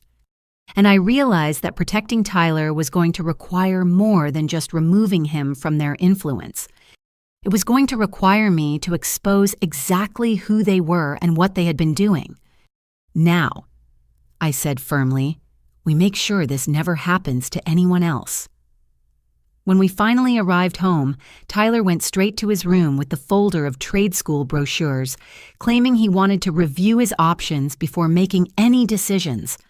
I knew he was actually trying to process everything that had happened, but I was grateful for the space to think clearly about what I needed to do next. I made myself a cup of coffee and settled at my laptop in the kitchen, staring at the blank screen while my mind raced through everything I had learned that evening. The recording on my phone contained nearly 2 hours of my family systematically destroying Tyler's confidence, but I suspected that was only the tip of the iceberg. If Harold and Patricia had been this calculating about undermining Tyler's education and self-worth, there had to be other evidence of their manipulation that I could uncover. I started with the most obvious search: my father's construction company. Harold had always presented his business as highly successful, using it as evidence of his superior judgment and work ethic. But something about Mark's earlier discomfort when discussing family finances made me suspect that the reality might be different from the image. A quick search of public business records revealed that Brennan Construction LLC had been facing significant challenges for the past 18 months. There were 3 outstanding lawsuits from subcontractors claiming unpaid wages, and the company's credit rating had been steadily declining since the previous year.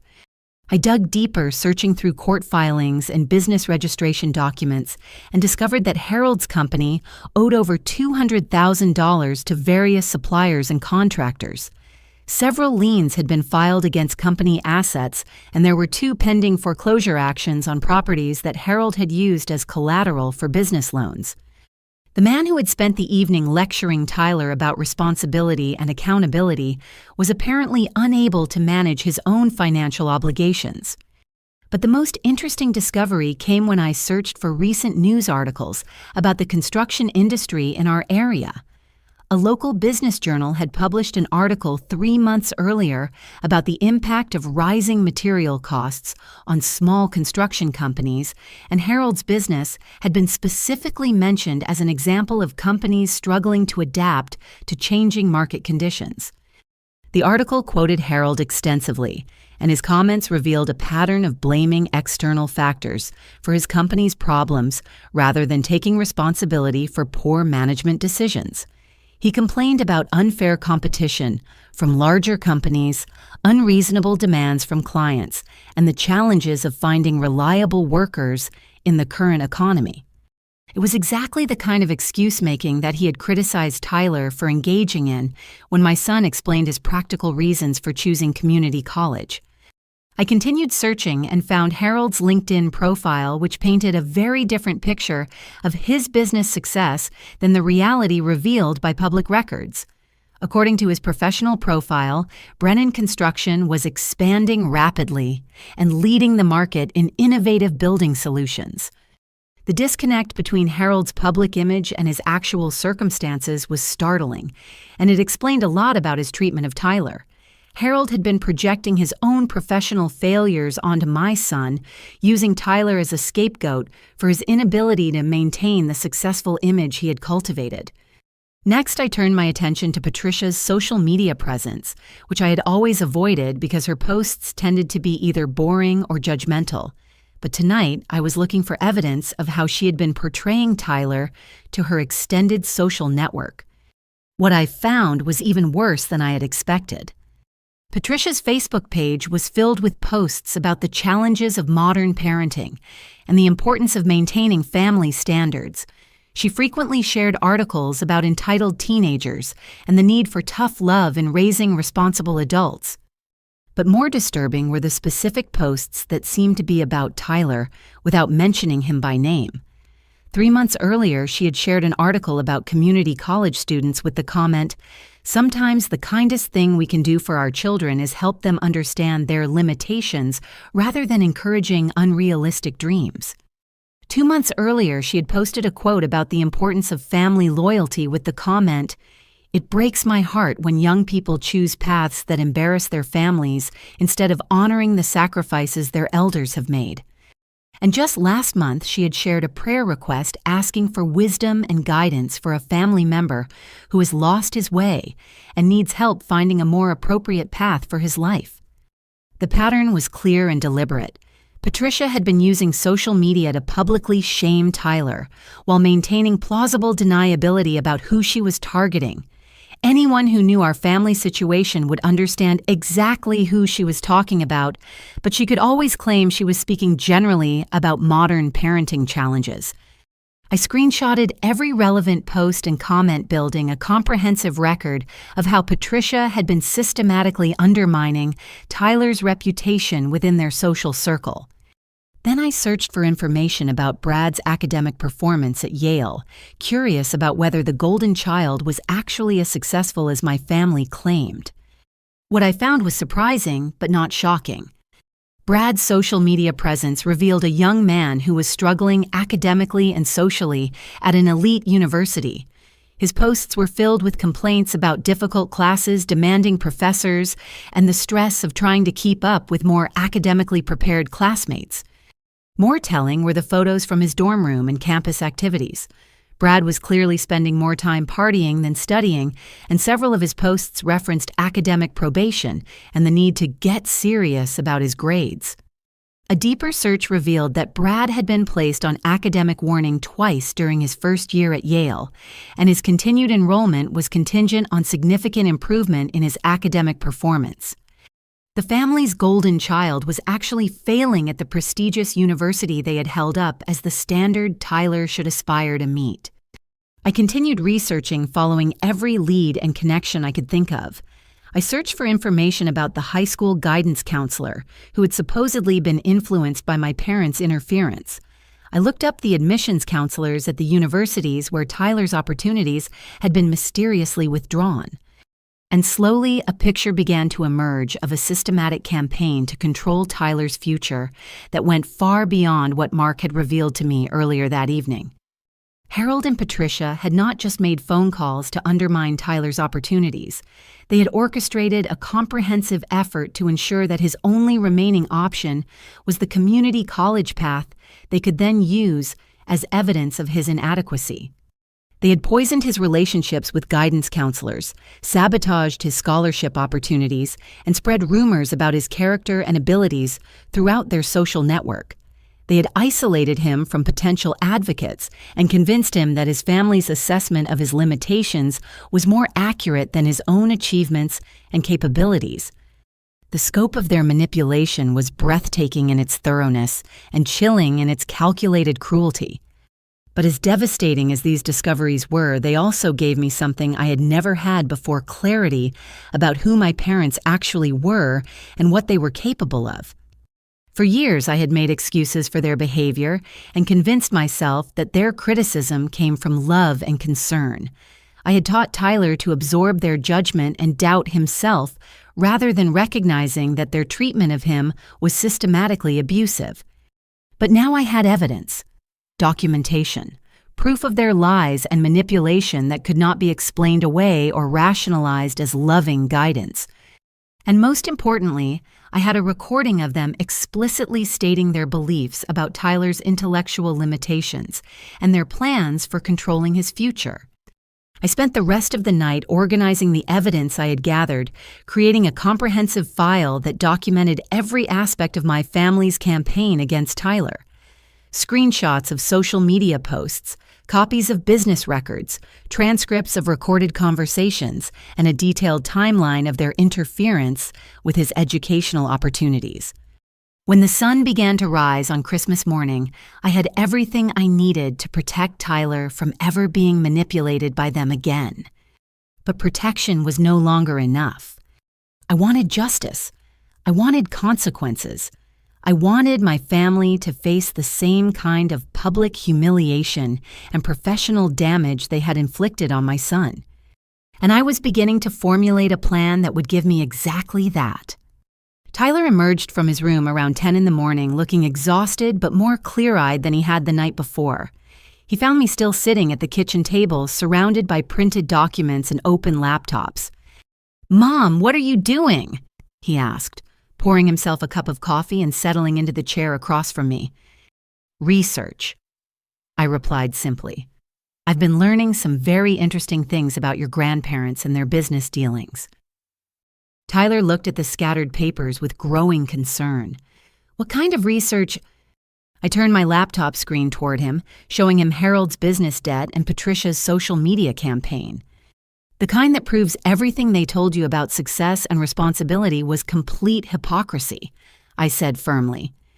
Tyler stared at the evidence in stunned silence, his coffee growing cold as he processed the scope of his grandparents' deception. "What does this mean?" he asked finally. I looked at my son, who was brilliant and hard-working and deserved so much better than the family that had spent 2 years trying to destroy his dreams.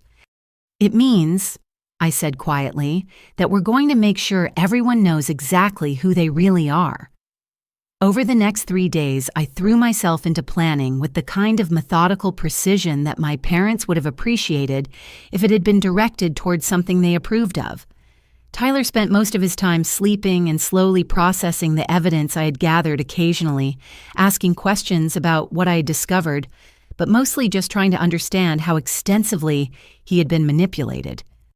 "I keep thinking about all the times I doubted myself," he told me on December 27th as we sat in our living room surrounded by files and printouts. "Every time I second-guessed my abilities or wondered if I was being unrealistic about medical school, they planted those doubts deliberately. I watched my son grapple with the realization that his own family had been systematically undermining his confidence for years, and I felt my resolve strengthen with each moment of his pain. The worst part is that I was starting to believe them. Tyler continued, his voice quiet but steady. If we hadn't left when we did, I think I would have signed that agreement and enrolled in trade school just to make them happy.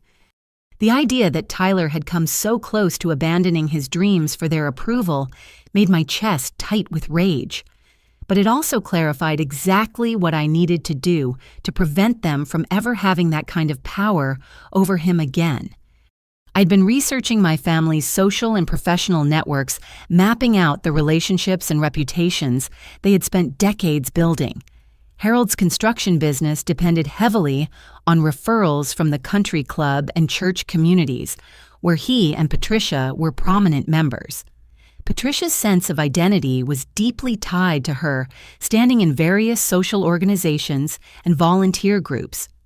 They had weaponized their social connections against Tyler, spreading rumors and undermining his opportunities through their network of relationships. Now I was going to use those same networks against them. The annual New Year's Eve party at the country club was just 4 days away, and it would be the perfect opportunity to execute my plan. Every important person in my parents' social and professional circle would be there, including many of the people who had been fed lies about Tyler over the past 2 years. But first, I needed to gather additional evidence and build strategic alliances with family members who might be willing to support the truth once they understood what had really been happening. I started with Tyler's high school guidance counselor, Mrs. Rodriguez, who had always been one of his strongest advocates. I called her on December 28th and explained that I was trying to understand why Tyler's college opportunities had suddenly disappeared the previous spring. "I've been wondering about that myself," Mrs. Rodriguez admitted when I asked about any unusual contacts from family members. "Your parents called me several times last year with concerns about Tyler's college plans." "What kind of concerns?" I asked, though I suspected I already knew. "They said they were worried that I was encouraging him to aim too high academically," she explained. "They suggested that Tyler might have learning disabilities that hadn't been properly diagnosed and that his grades might not reflect his true capabilities." The systematic nature of their manipulation was becoming even clearer. They had not just undermined Tyler directly, they had convinced his advocates that supporting his dreams was actually harmful to him. They also suggested that Tyler might be misrepresenting his volunteer work and extracurricular activities. Mrs. Rodriguez continued, "They asked me to verify his claims about tutoring other students and working at the animal shelter." I felt my anger building as I realized that Harold and Patricia had tried to paint Tyler as a liar and fraud to the one person at school who'd been consistently supporting his goals. "What was your impression of Tyler's honesty about his activities?" I asked. "Tyler was one of the most honest and hardworking students I've ever worked with," Mrs. Rodriguez replied immediately. "His volunteer work was well documented, and several teachers specifically mentioned how helpful he was as a tutor. I found your parents' concerns very strange." "Strange how?" "They seem more interested in discouraging Tyler than in getting help for any real problems," she explained. "When I suggested having Tyler evaluated by the school psychologist to rule out learning disabilities, they declined. When I offered to connect them with resources for students with special needs, they said that wouldn't be necessary." The picture was becoming crystal clear. Harold and Patricia had not been genuinely concerned about Tyler's well-being. They had been trying to manipulate his support system into limiting his opportunities. "Mrs. Rodriguez, would you be willing to document your interactions with my parents?" I asked. "I'm gathering information about some family issues, and your perspective would be very valuable." "Of course," she replied immediately. "Tyler deserved much better support than what he received, and I'd be happy to help in any way I can." Next, I contacted the admissions counselors at State University and Regional University to understand exactly what had happened with Tyler's scholarship offers. Getting information from university officials was more challenging, but I eventually reached someone willing to discuss the irregularities that had led to Tyler's opportunities being withdrawn. We received several calls from family members expressing concerns about the student's character and academic integrity, the admissions counselor explained carefully. While we don't typically adjust offers based on third-party reports, the specific nature of the allegations required us to conduct additional review. "What kind of allegations?" I asked, though my stomach was already churning. Claims that the student had misrepresented his volunteer work, that his grades were the result of grade inflation rather than real achievement, and that his family had concerns about his emotional stability and decision-making abilities. The cruelty of using Tyler's emotional well-being against him was breathtaking, especially since any emotional struggles he might have had were directly caused by their systematic abuse. When we tried to follow up with the student's guidance counselor and teachers for verification, the counselor continued, "We encountered some conflicting information that made us concerned about the accuracy of the original application materials.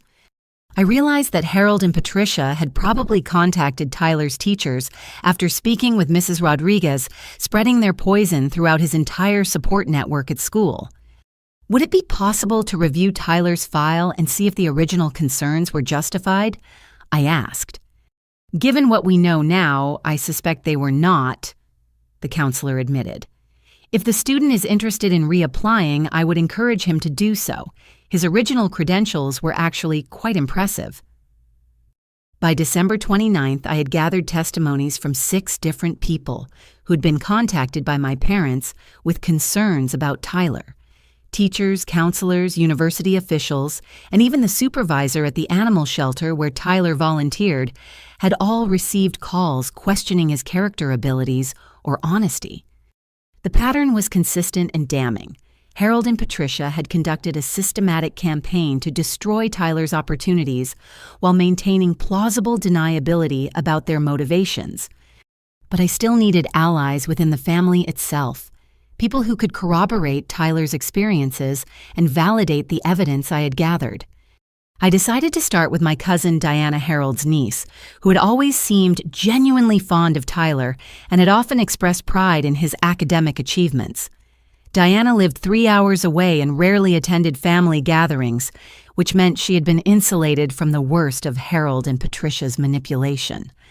When I called her and explained what had been happening, her reaction was immediate and outraged. "Katie, I had no idea," she said, her voice filled with shock and anger. "I've been sending Tyler money for his birthday and Christmas every year, and I never heard anything back from him. Your mother told me he was too embarrassed about his college situation to accept gifts from family members." The revelation that my parents had been intercepting Diana's gifts to Tyler was like a punch to the stomach.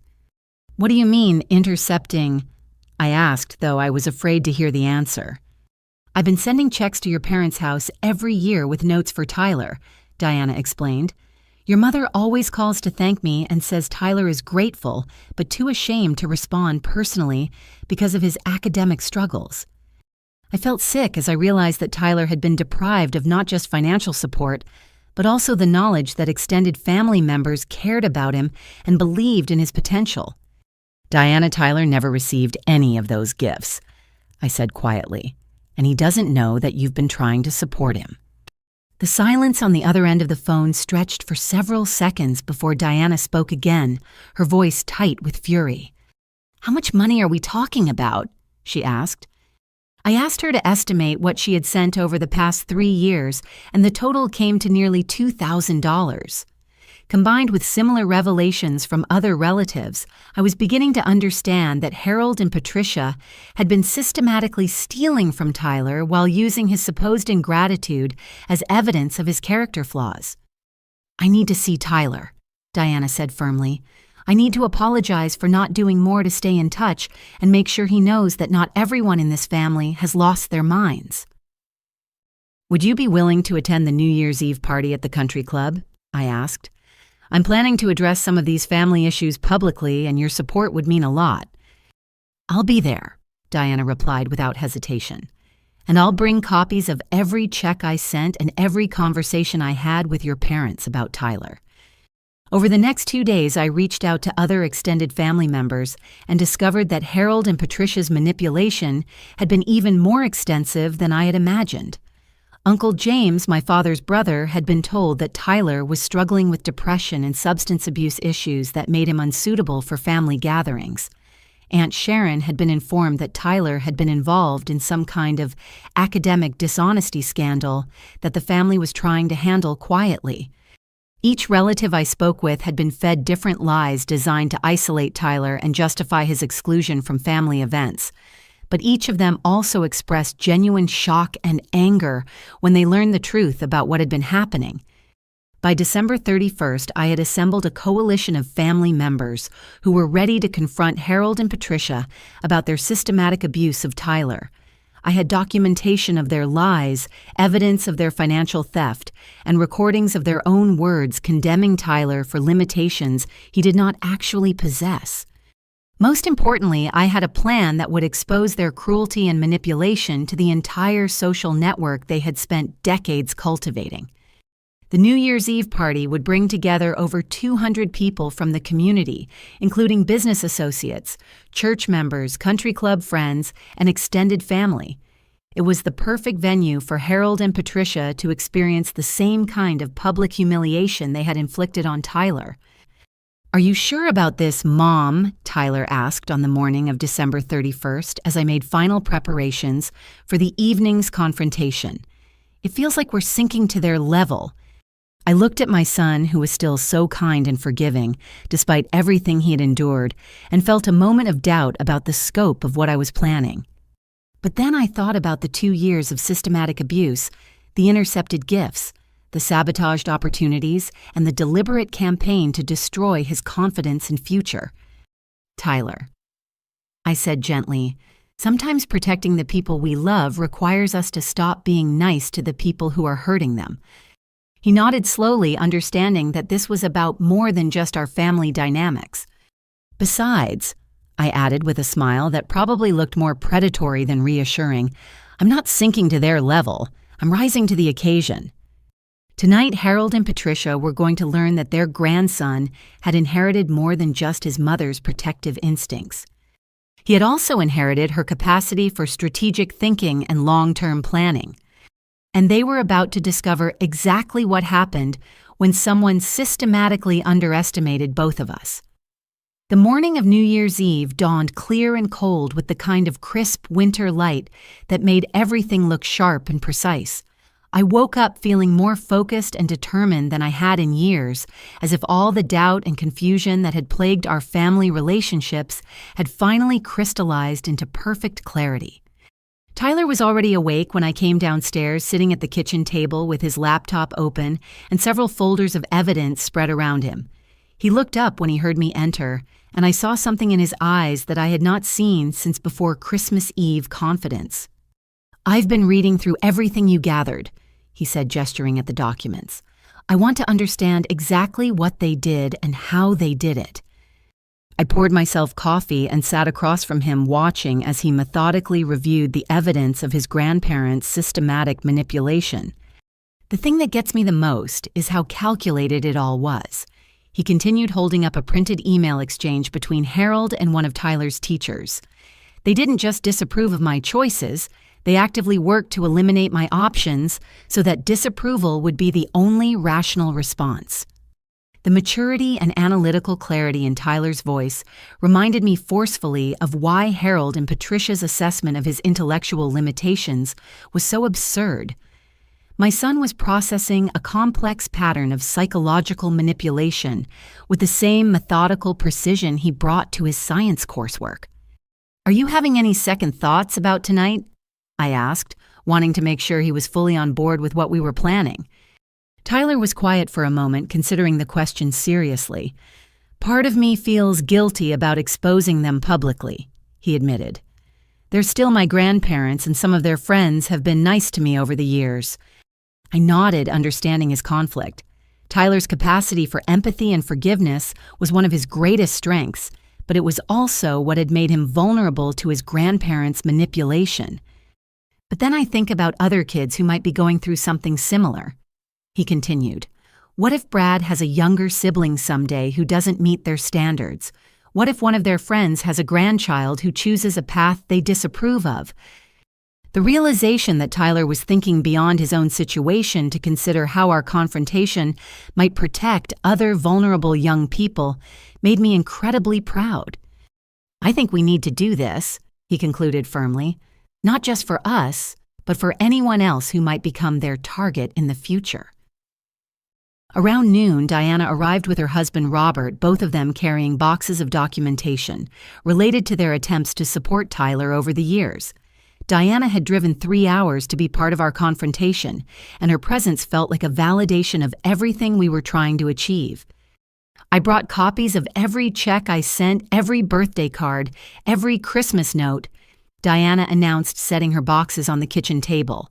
I also brought bank records showing when the checks were cashed, which might be useful if your parents try to claim they were returned or never received. Robert, who worked as a forensic accountant, had spent the morning reviewing the financial evidence and organizing it into a comprehensive timeline. What your parents did constitutes theft by deception, he told me bluntly. They accepted money intended for Tyler under false pretenses and used it for their own purposes while claiming Tyler was too ashamed to accept family support. The clinical assessment of my parents' behavior as criminal rather than merely inappropriate was somehow both shocking and reassuring. The pattern of intercepted gifts and forged responses also suggests mail fraud. Robert continued consulting his notes. If they were signing Tyler's name to thank you cards or declining gifts on his behalf, that's a federal crime. I had not been thinking in terms of criminal charges, but Robert's analysis made it clear that Harold and Patricia's manipulation had crossed legal boundaries as well as ethical ones. Uncle James arrived in the early afternoon with his wife Carol, both of them visibly angry about the lies they had been told regarding Tyler's supposed substance abuse issues. "I've been worried sick about that boy for months," James said, embracing Tyler with obvious relief. "Your grandmother told me you were struggling with alcohol and that the family was trying to get you into treatment without making it public." Tyler looked stunned by this revelation. "Uncle James, I've never even tried alcohol. I'm too busy with work and school to party." "That's exactly what I would expect from you," James replied firmly, "which is why I should have questioned the story instead of just accepting it. I'm sorry I didn't reach out to check on you directly." Carol produced her phone and showed us a series of text messages from Patricia over the past 6 months, each one providing updates on Tyler's supposed recovery progress and asking for prayers for a young man who was fighting his demons. "She made it sound like you were in and out of rehab," Carol explained, her voice tight with anger. "She said the family was trying to support you through a difficult time while maintaining your privacy." The systematic nature of Patricia's lies was becoming even more clear. She'd not just told one story to discredit Tyler. She had crafted different narratives for different audiences, each one designed to justify his exclusion, while positioning herself as a concerned grandmother. Aunt Sharon arrived next, bringing with her a folder full of printed conversations from my parents' church prayer group. Patricia had been using their weekly prayer requests to spread rumors about Tyler's supposed academic dishonesty and emotional instability. "I saved these because I thought they might be useful for organizing additional prayer support," Sharon explained, looking embarrassed.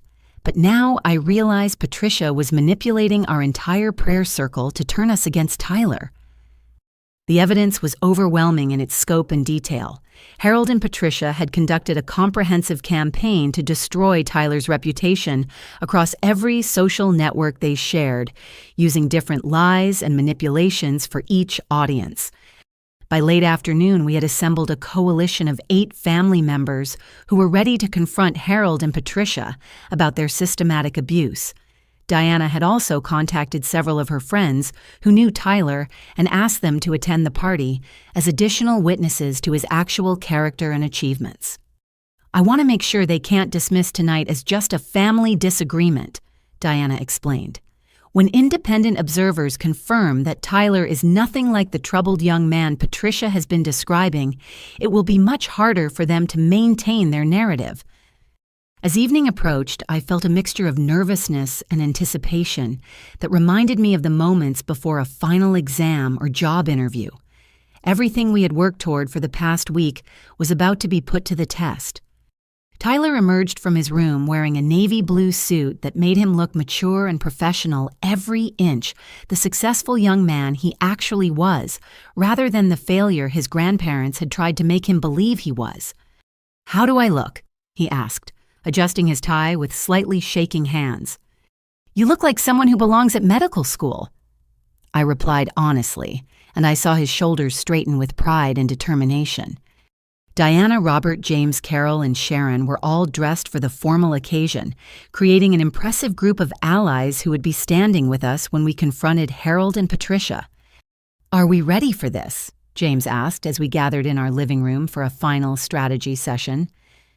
I looked around at these family members who had been deceived and manipulated just as thoroughly as Tyler, but who had chosen truth and justice over comfortable denial once they understood what had really been happening. "We're ready," I said firmly. "Tonight, Harold and Patricia are going to face the consequences of 2 years of systematic cruelty." Tyler took my hand and squeezed it gently. "Thank you, Mom, for believing in me and for fighting for me." "Thank you for being worth fighting for," I replied, and I meant every word. As we prepared to leave for the country club, I felt a sense of clarity and purpose that I had never experienced before. For 37 years, I had been trying to earn my parents' approval and acceptance, always hoping that if I just tried harder or loved more unconditionally, they would eventually treat me and the people I loved with basic respect and kindness. But tonight was not about earning anything from them. Tonight was about showing them exactly what happened when they systematically underestimated the people they had tried to destroy. Harold and Patricia had spent 2 years teaching Tyler that his dreams were unrealistic and his abilities were inadequate. They had used their social networks to spread lies about his character and had stolen money intended to support his education. They had counted on our silence, our desire to maintain family peace, and our willingness to absorb their abuse rather than challenging their authority. They had made a serious miscalculation. And in a few hours, they were going to learn that Tyler had inherited more than just my protective instincts. He had also inherited my strategic thinking, my capacity for long-term planning, and my absolute refusal to let anyone hurt the people I love without facing serious consequences. Tonight, the people who had tried to make Tyler feel small and powerless were going to discover exactly how formidable he could be when he was properly supported and encouraged. And they were going to learn that lesson in front of every person whose opinion they had spent decades cultivating and protecting. The country club's ballroom was decorated with gold and silver streamers, elegant floral arrangements, and twinkling lights that created an atmosphere of celebration and prosperity. 200 of the community's most prominent citizens mingled with champagne glasses and confident smiles their formal attire and animated conversations, creating the perfect backdrop for the kind of social event my parents had always used to showcase their success and respectability. Harold stood near the bar holding court with several business associates, his booming voice carrying across the room as he discussed recent construction projects and upcoming development opportunities. Patricia moved gracefully through the crowd in her silver evening gown, greeting church friends and charity organization colleagues with the practiced charm she had perfected over decades of social climbing. They looked completely at ease in their element, surrounded by people who respected their opinions and valued their friendship. It was exactly the kind of setting where they felt most powerful and confident, which made it the perfect place to destroy them. Tyler and I entered the ballroom with our coalition of family allies, and I watched Harold's face change when he saw us approaching. His initial surprise quickly shifted to irritation as he realized we were not there to apologize or seek reconciliation. "Katie, Tyler," he said with forced pleasantness, clearly aware that his business associates were watching the interaction with interest. "I didn't expect to see you here tonight." "We wouldn't miss it," I replied with a smile that probably looked more predatory than friendly. "Tyler has something he'd like to share with the family. Patricia materialized beside Harold with the kind of social radar that had made her such an effective manipulator over the years. Her eyes swept over our group, taking in Diana's presence and the determined expressions on everyone's faces. "This is hardly the appropriate venue for family discussions," she said quietly, her voice carrying just enough warmth to maintain appearances while communicating clear displeasure. "Actually, I think this is the perfect venue," Diana said firmly, stepping forward to stand beside Tyler. "Given how much you've been sharing about Tyler's situation with your social network." I saw Harold's jaw tighten as he realized that Diana knew about their campaign of lies and manipulation. His eyes darted around the room, calculating how to minimize the potential damage to his reputation. "Perhaps we should move this conversation to somewhere more private," he suggested, gesturing toward one of the smaller meeting rooms adjacent to the ballroom. "No," Tyler said clearly, his voice carrying enough to attract the attention of nearby guests. "I think our family friends should hear what I have to say." The confidence in Tyler's voice was unmistakable, and I saw several people turn to listen with curious interest. Mark and Jennifer appeared at the edge of the growing circle, their faces pale with apprehension as they realized this was not going to be a quiet family reconciliation. "Tyler has been working on a presentation," I announced to the expanding audience, "about academic achievement, family support, and the importance of truth in relationships." Harold's face had gone completely white as he understood that we were planning to expose his lies in front of the very people whose respect he had spent decades cultivating. "This is completely inappropriate," Patricia hissed, her social mask slipping slightly. "These people don't need to be involved in private family matters." "You made it their business when you used them to spread lies about Tyler's character and abilities," James said, firmly stepping forward to support his nephew. The circle of observers had grown to include nearly 30 people, many of whom I recognized as members of Harold's business network and Patricia's church community. Their faces showed a mixture of curiosity and concern as they sensed the tension building between family members.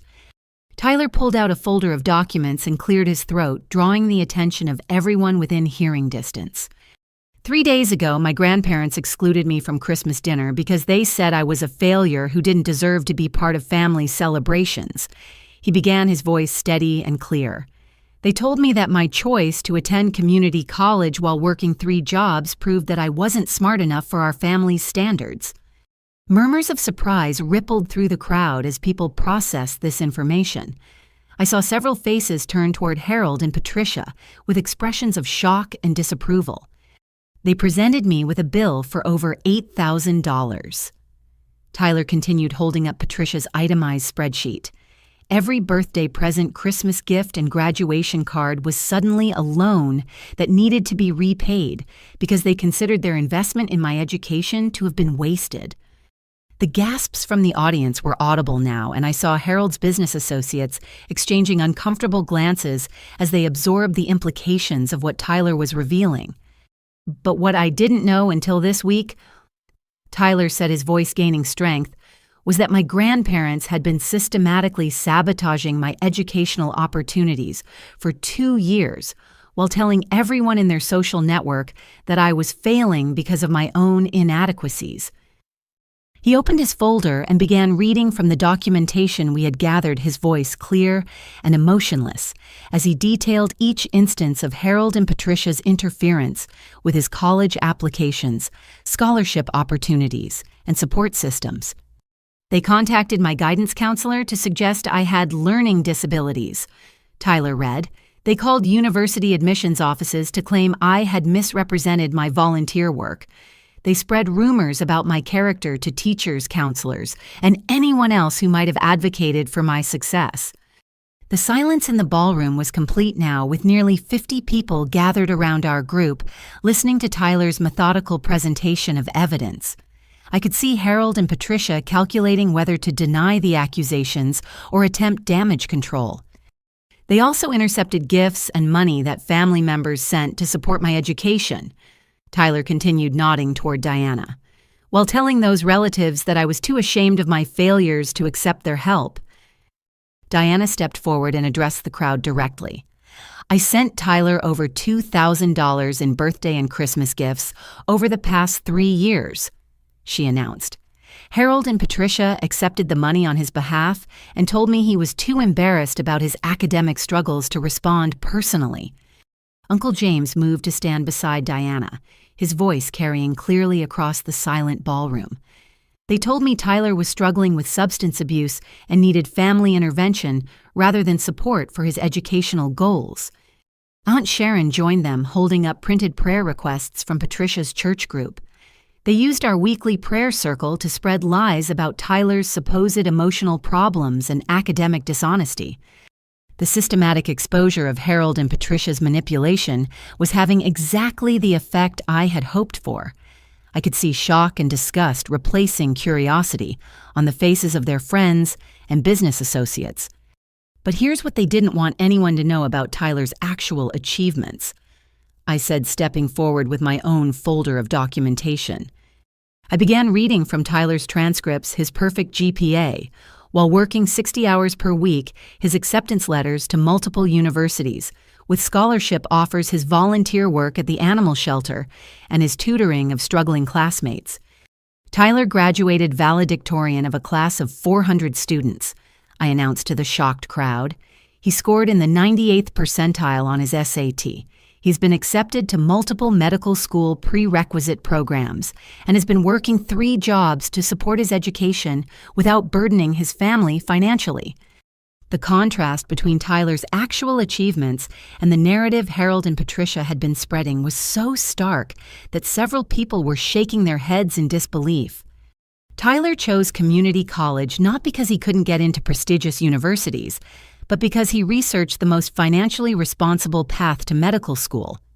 I continued. He wanted to graduate debt-free so he could focus on helping patients rather than paying back loans. Mrs. Chen from my parents' country club stepped forward, her face flushed with embarrassment. Patricia, you told me Tyler had failed his college entrance exams. You said he was considering trade school because academics were too challenging for him. More voices joined in as people began sharing the lies they had been told about Tyler's supposed failures and limitations. You told our church group he was in counseling for emotional problems, added Mrs. Patterson from Patricia's prayer circle. You said he had been caught cheating at school, contributed Mr. Davis, one of Harold's business associates. The accumulation of contradictory lies was creating exactly the effect we had hoped for. Harold and Patricia's credibility was crumbling in real time as their own social network began to understand how extensively they had been manipulated. Tyler stepped forward again, his voice now carrying the quiet confidence of someone who knew he was speaking truth to a receptive audience. I want everyone here to understand that I'm not sharing this information to embarrass my grandparents or to seek sympathy, he said clearly. I'm sharing it because I believe family members should support each other's dreams and celebrate each other's achievements. He paused, looking directly at Harold and Patricia for the first time since beginning his presentation. I also want you to know that despite everything they did to try to destroy my confidence and limit my opportunities, I am still planning to become a doctor, Tyler announced with quiet determination.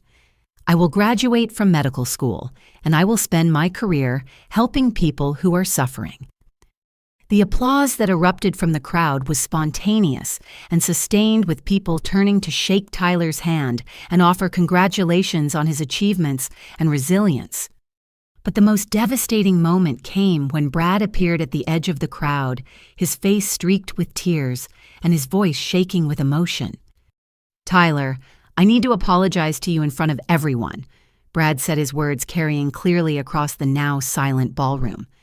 Everything my grandparents said about your failures was a lie, but everything they said about my success was also a lie. The admission hung in the air like a bomb waiting to explode. I'm failing at Yale. Brad continued, his voice breaking with emotion. I've been on academic probation twice, and my parents have been bribing professors and administrators to keep me enrolled. The crowd's shocked silence was broken only by Patricia's sharp intake of breath as she realized that their golden child was about to destroy their carefully constructed narrative completely. Tyler, you're everything they said I was, Brad said, looking directly at his cousin with admiration and regret. "You're smart, hardworking, responsible, and honest. I'm the actual disappointment in this family, but they used you as a scapegoat to hide my failures." The revelation that the family's golden child was actually the failure, while Tyler had been punished for imaginary inadequacies, was the final piece of evidence needed to completely discredit Harold and Patricia's judgment and character. As the crowd began to understand the full scope of the manipulation and lies, I watched my parents' social standing crumble in real time. And I realized that justice was finally being served. The silence following Brad's confession was deafening, broken only by the soft sound of champagne bubbles rising in forgotten glasses and the distant music from the adjacent cocktail reception. Patricia's face had gone completely white, her carefully applied makeup unable to hide the shock and horror in her eyes, as she realized that her perfect grandson had just destroyed the last remnant of their credibility. Harold stepped forward, his voice tight with barely controlled fury as he attempted damage control. "Brad, you're upset and not thinking clearly," he said loudly enough for everyone to hear. "There's no need to make dramatic statements that you'll regret later." But Brad shook his head firmly, pulling out his phone and showing the screen to the gathered crowd. "These are my grades from Yale." He announced, his voice gaining strength as he chose honesty over self-preservation. 2 Ds, 1 F, and a C-. I'm on academic probation and facing suspension if I don't improve dramatically next semester.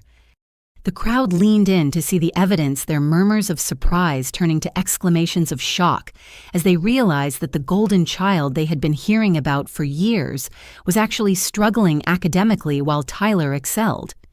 "Brad, stop!" Patricia hissed, her social mask completely abandoned as she grabbed for his phone. "You don't know what you're saying." "I know exactly what I'm saying, Grandma," Brad replied, pulling away from her reach. "I'm saying that you and Grandpa have been lying about both of us for years." Diana stepped forward, her voice carrying clearly across the silent ballroom. "How long have you known about Tyler's real achievements?" she asked Brad directly. Brad looked ashamed as he answered, "I've always known Tyler was smarter than me. When we were kids, he helped me with my homework because I couldn't understand the material.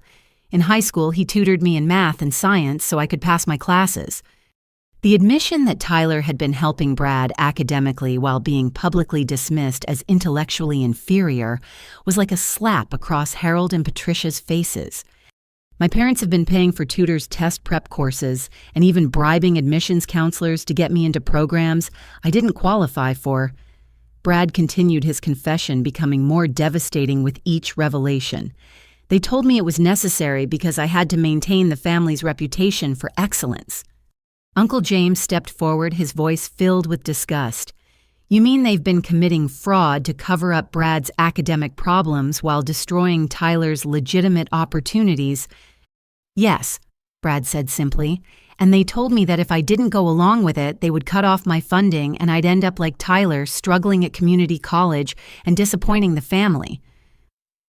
The systematic manipulation was becoming even clearer as Brad revealed how Harold and Patricia had used fear and financial control to maintain their lies.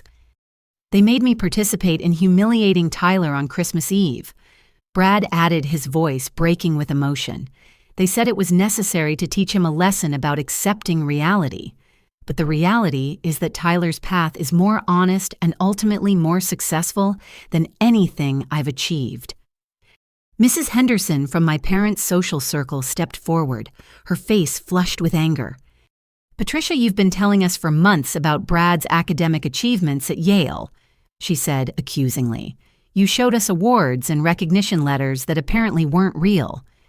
"They were real," Patricia said desperately, her voice high and strained.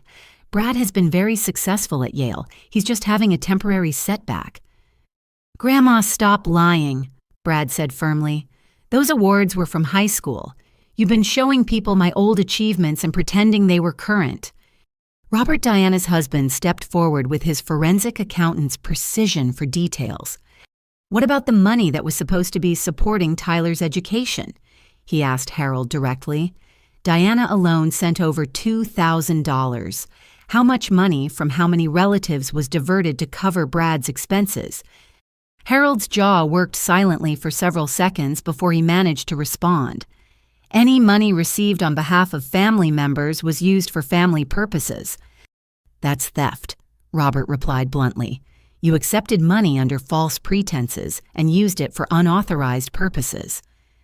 Uncle James pulled out his phone and began scrolling through his messages. I sent $500 last year when Patricia told me Tyler needed help with medical expenses, he announced. She said he was struggling with depression and substance abuse treatment. More family members began checking their phones and purses, pulling out records of money and gifts they had sent for Tyler's benefit over the past 2 years. I sent $300 for his birthday, Aunt Sharon added. Patricia said he was grateful but too ashamed to respond personally. $250 for Christmas, contributed Cousin Michelle, who had apparently arrived during Tyler's presentation, with a note specifically asking that it be used for his college expenses.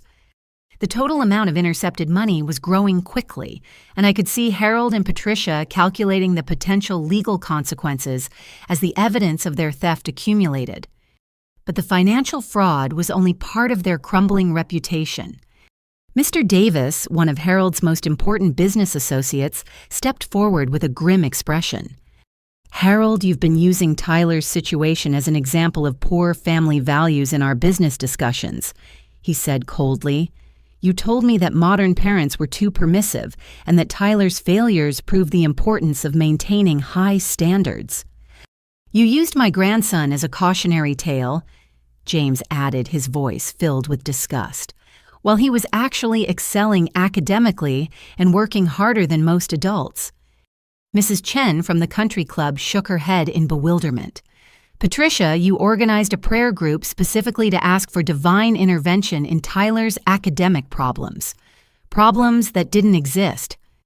You made us complicit in your lies, added Mrs. Patterson from the church group.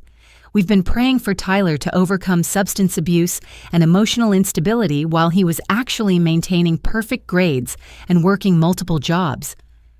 The systematic exposure of Harold and Patricia's manipulation was creating exactly the effect we had hoped for. Their entire social network was beginning to understand how extensively they had been used to spread lies and justify cruelty. Tyler stepped forward again, his voice calm and measured as he addressed the crowd. I want everyone to understand that my grandparents' lies didn't just hurt me, he said clearly. They hurt everyone who cared enough to send support, everyone who wasted time praying for problems that didn't exist, and everyone who was manipulated into participating in my exclusion and humiliation. The moral clarity of Tyler's statement resonated with the crowd, many of whom were beginning to look at Harold and Patricia with expressions of disgust rather than shock. They turned our family's love and concern into weapons against me, Tyler continued. They used your kindness and generosity to fund their deception while making you believe you were helping someone who was too proud or ashamed to appreciate your support. Diana stepped forward and addressed the crowd directly. How many of you sent money or gifts for Tyler that you never heard about again? Nearly a dozen hands went up representing family members and family friends who had been manipulated into unknowingly funding Harold and Patricia's lies. How many of you were told stories about Tyler's problems that never quite made sense with what you knew about his character? Diana continued. Even more hands went up as people began to recognize the inconsistencies they had noticed but dismissed. And how many of you have been repeating Harold and Patricia's stories to other people, spreading lies without realizing it? Diana asked. The forest of raised hands was the final evidence needed to demonstrate the scope of Harold and Patricia's manipulation campaign. Mr. Rodriguez, the country club's general manager, approached our group with obvious concern about the disruption to the evening's festivities. Perhaps we should move this discussion to a more private setting, he suggested diplomatically. Actually, Tyler said clearly, I think we're finished here. He turned to face Harold and Patricia directly for the first time since his presentation began. Grandpa, Harold, Grandma, Patricia, you spent 2 years trying to convince me that I wasn't good enough for this family, Tyler said quietly. Tonight you've shown everyone here that it's actually the opposite." The simple dignity of Tyler's statement was more devastating than any angry accusation could have been. "You're not good enough for me." Tyler continued, his voice filled with quiet strength. "And you're not good enough for any of the people who trusted you with their love, their money, and their good intentions." With that, Tyler turned and began walking toward the ballroom exit, followed immediately by Diana, Robert James, Carol Sharon, and a growing procession of family members who had chosen truth over comfortable denial. I paused at the edge of the crowd and looked back at Harold and Patricia, who stood frozen in the center of a circle of people who were no longer looking at them with respect and admiration. "Enjoy your reputation," I said simply and followed my son toward the door. Behind us, I could hear the murmur of shocked conversations beginning as 200 of the community's most prominent citizens processed what they had just witnessed. Harold and Patricia had spent decades building their social standing and business relationships through careful cultivation of their image as successful, principled people with high family values. In the space of 30 minutes, Tyler had destroyed all of that work with nothing but the truth. And as we walked out into the cold January air, I realized that justice had been served more completely than I had ever dared to hope. The weeks following the New Year's Eve confrontation brought swift and comprehensive consequences for Harold and Patricia that exceeded even my most optimistic expectations for justice. By January 5th, the story of their systematic manipulation had spread throughout their social and professional networks with the kind of viral intensity that only comes from a scandal involving respected community members. Harold's construction business began hemorrhaging clients almost immediately.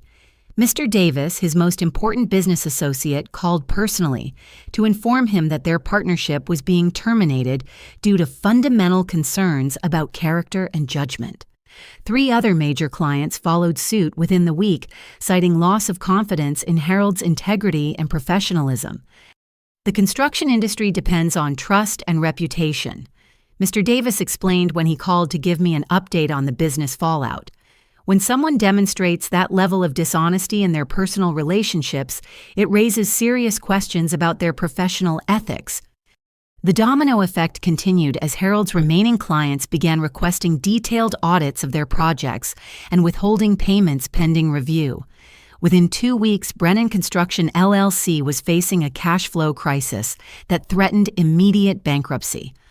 Patricia's social destruction was equally swift and thorough. The country club board called an emergency meeting to discuss her continued membership, ultimately deciding that her conduct reflected poorly on the organization's values and standards. Her resignation was strongly encouraged and swiftly accepted. The church situation was particularly devastating for Patricia, who had built her entire social identity around her standing in the religious community. When the full scope of her prayer circle manipulation became known, the pastoral council requested a private meeting to address concerns about her misuse of sacred community practices for personal vendettas.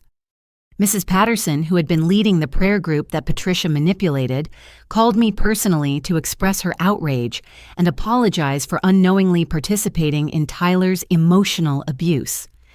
"We spend our time praying for people who are genuinely suffering," she told me, her voice tight with anger. To discover that Patricia was manufacturing crises and exploiting our compassion for her own twisted purposes feels like a violation of everything our faith community stands for. Patricia was quietly asked to find a new church home, ending 30 years of involvement in the organization that had been central to her social life and sense of identity. But the most satisfying consequence came from an unexpected source: the extended family's collective decision to redirect their support toward Tyler and away from Harold and Patricia entirely. Uncle James had taken the lead in organizing what he called Operation Tyler Support, reaching out to every family member who had been manipulated over the past 2 years and coordinating a comprehensive response. "We've been enablers," James told me during one of our planning calls. "We let Harold and Patricia get away with this abuse because we didn't want to rock the boat or cause family drama. but our silence made us complicit in Tyler's suffering. The family response was overwhelming and immediate. Diana increased her educational support to cover Tyler's entire medical school tuition when the time came. James offered to pay for Tyler's MCAT preparation course and medical school application fees. Aunt Sharon established a monthly stipend to help with Tyler's living expenses so he could reduce his work hours and focus more on his studies. Even relatives I barely knew emerged from the woodwork to offer support and apologize for believing Harold and Patricia's lies. Cousin Michael drove 4 hours to personally deliver a check and express his regret for not questioning the inconsistencies he had noticed in their stories about Tyler. "Your son is obviously brilliant and hardworking," Michael told me.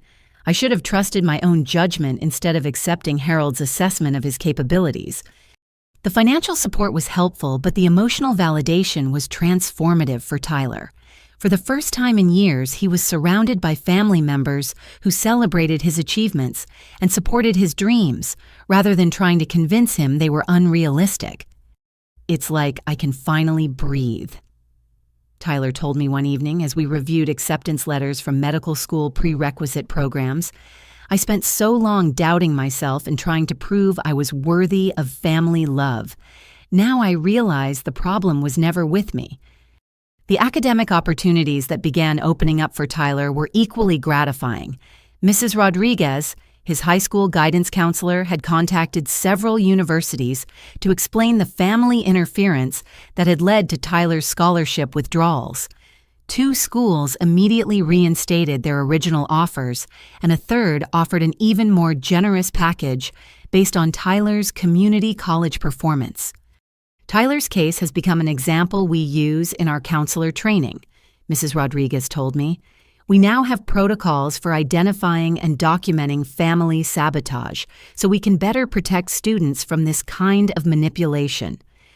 The Regional Medical Center, learning about Tyler's story through their connection to his volunteer work, offered him a paid research assistant position that would provide valuable experience while helping fund his education.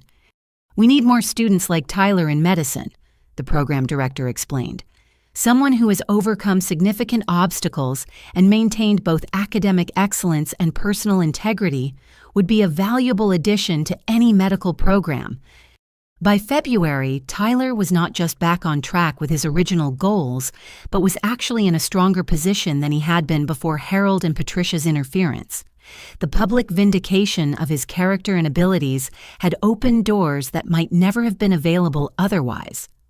Meanwhile, Harold and Patricia's isolation from the family and community was becoming increasingly complete. Mark and Jennifer, perhaps recognizing which way the wind was blowing, had quietly distanced themselves from his parents and begun making overtures toward reconciliation with Tyler and me. "We should have spoken up sooner," Jennifer admitted during an awkward coffee meeting in mid-February. "We knew Harold and Patricia were being unfair to Tyler, but we didn't realize how systematic and deliberate their campaign was." Mark nodded uncomfortably. "We were afraid of becoming their next targets if we challenged them. But that fear doesn't excuse our silence while they destroyed Tyler's opportunities." Their apologies felt inadequate given their complicity in Tyler's suffering, but their willingness to acknowledge their mistakes was more than Harold and Patricia had offered. Brad's situation had become increasingly complicated as the full scope of his academic fraud came to light. Yale had launched an investigation into his parents' bribes and was considering both academic sanctions and potential criminal charges. Brad himself was cooperating fully with the investigation, apparently determined to break free from his parents' manipulation and build an honest foundation for his future. "I want to start over," Brad told Tyler during one of their reconciliation conversations. "I want to earn my achievements legitimately, even if that means transferring to a less prestigious school and accepting that I'm not the brilliant student my parents pretended I was." Tyler's response to Brad's situation demonstrated the kind of maturity and compassion that made Harold and Patricia's assessment of his character so obviously wrong. "And the important thing is that you're being honest now," Tyler told his cousin. "It takes courage to admit mistakes and choose integrity over convenience." The contrast between Tyler's gracious response to Brad's fraud and Harold and Patricia's vicious reaction to Tyler's legitimate choices could not have been more stark. By March, the legal consequences of Harold and Patricia's actions were beginning to materialize. Robert Diana's forensic accountant husband had compiled a comprehensive case documenting the theft of money intended for Tyler's education. The total amount exceeded $6,000, enough to qualify for felony charges in our state. The pattern of deception and the systematic nature of the fraud make this a serious criminal matter, Robert explained. They didn't just steal money. They created an elaborate scheme to justify and conceal their theft over a period of years. Several family members were considering filing charges, but Tyler ultimately requested that we pursue civil rather than criminal remedies. "I don't want to send my grandparents to prison," Tyler told me. "I just want them to return the money they stole and acknowledge what they did wrong." Tyler's compassion toward people who had shown him no mercy was remarkable, but it was also strategically wise. The threat of criminal prosecution gave us significant leverage in demanding both financial restitution and public acknowledgement of their misconduct. Harold and Patricia, facing complete social isolation, financial ruin, and potential criminal charges, finally agreed to mediated settlement discussions in late March. The mediation session was held in a neutral conference room with a professional mediator facilitating the conversation. Harold and Patricia arrived looking significantly older and more frail than they had just 3 months earlier, the stress and isolation having taken a visible toll on both of them. "We want to find a way forward that works for everyone," the mediator began diplomatically. But Tyler was no longer interested in finding compromises with people who had spent years systematically destroying his opportunities and confidence. "I want them to return every penny they stole," Tyler said clearly. "I want them to send written apologies to every person they lied to about me. And I want them to acknowledge publicly that their assessment of my capabilities and character was completely wrong." Harold started to object, but their attorney quickly advised him that Tyler's demands were reasonable, given the strength of the evidence against them. The final settlement required Harold and Patricia to pay full restitution for the intercepted gifts and stolen money, write individual apology letters to 17 different people who had been fed lies about Tyler, and publish a public statement in the local newspaper acknowledging their misconduct and correcting the false narratives they had spread. Most importantly, they were required to have no contact with Tyler for a minimum of 2 years, giving him space to heal from their abuse and build his future without their interference. "This isn't about punishment," Tyler explained to the mediator. "It's about ensuring that I can pursue my goals without fear of sabotage and that other family members can support me without being manipulated by lies." As we left the mediation session, I realized that Tyler had achieved something remarkable. He had not just survived his grandparents' systematic abuse, he had used their cruelty as motivation to build an even stronger foundation for his future. Harold and Patricia had tried to convince Tyler that he was inadequate and delusional. Instead, they had created a young man with unshakable confidence in his own worth and crystal clear understanding of the difference between genuine support and manipulative control. Their attempt to destroy him had ultimately made him stronger, wiser, and more determined than he might have been otherwise. And that, I realized, was the most perfect justice of all. 6 months after that devastating Christmas Eve confrontation, I stood in the auditorium of Tyler's community college, watching my son deliver the valedictorian speech to a graduating class of 800 students. He looked confident and mature in his cap and gown, every inch the successful young man Harold and Patricia had tried to convince him he could never become. Excellence isn't about where you start your journey. Tyler told his fellow graduates, his voice carrying clearly across the packed auditorium. It's about the integrity, determination, and compassion you bring to every step of that journey. I found myself thinking about how different this moment felt from Tyler's high school graduation, when Harold and Patricia had attended, but spent the entire ceremony making subtle comments about Tyler's modest college plans compared to Brad's prestigious university acceptance. Now Tyler was speaking to an audience that included admissions representatives from 3 medical schools, all of whom were eager to recruit him for their programs. Diana, who had become Tyler's unofficial surrogate grandmother, was sitting beside me with tears of pride streaming down her face. Uncle James and Aunt Carol occupied the row behind us, along with 6 other family members who had driven hours to celebrate Tyler's achievement. "Look at that boy shine," James whispered to me as Tyler concluded his speech to thunderous applause. "Harold and Patricia must be eating their hearts out knowing what they threw away."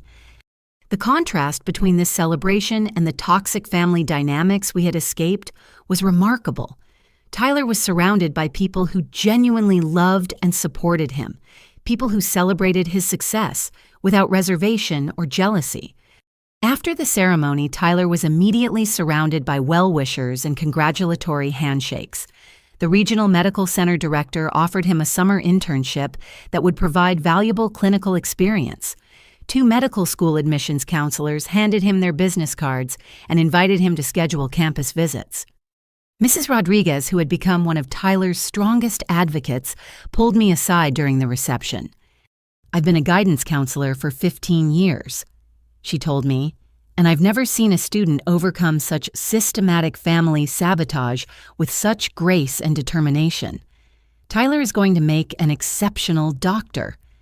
The acknowledgement that Tyler had overcome systematic family sabotage rather than personal inadequacy felt like final validation of everything we had endured and fought against. As the celebrations wound down and we prepared to leave campus, Tyler and I took a quiet moment to reflect on how dramatically our lives had changed since Christmas Eve. "Do you ever wonder what would have happened if we hadn't fought back?" Tyler asked as we walked across the campus, where he had spent 2 years proving his academic excellence. I thought about the question seriously. If we had accepted Harold and Patricia's assessment of Tyler's limitations, if we had allowed their manipulation to continue unchallenged, Tyler might have enrolled in trade school and abandoned his medical dreams entirely. "I think you would have eventually realized your own worth and fought your way back to your goals," I told him honestly. "But it might have taken years longer and cost you opportunities that couldn't be recovered." Tyler nodded thoughtfully. "The thing that scares me most is how close I came to believing them. If you hadn't recorded that presentation and shown me the evidence of their lies, I might have convinced myself that their assessment was accurate." The systematic nature of Harold and Patricia's psychological manipulation had been so sophisticated that even Tyler's exceptional intelligence and strong character had not been enough to protect him from their influence. It had taken external validation and documented evidence to break their hold on his self-perception. "What did you learn from this experience?" I asked, genuinely curious about Tyler's perspective on the ordeal. "I learned that love should never require you to minimize yourself or abandon your dreams," Tyler replied immediately. "Real family support means celebrating each other's success, not demanding conformity to arbitrary standards." He paused, considering his words carefully before continuing. "I also learned that some people will use emotional manipulation to control others, and the only effective response is to document the truth and expose the manipulation publicly," Tyler added.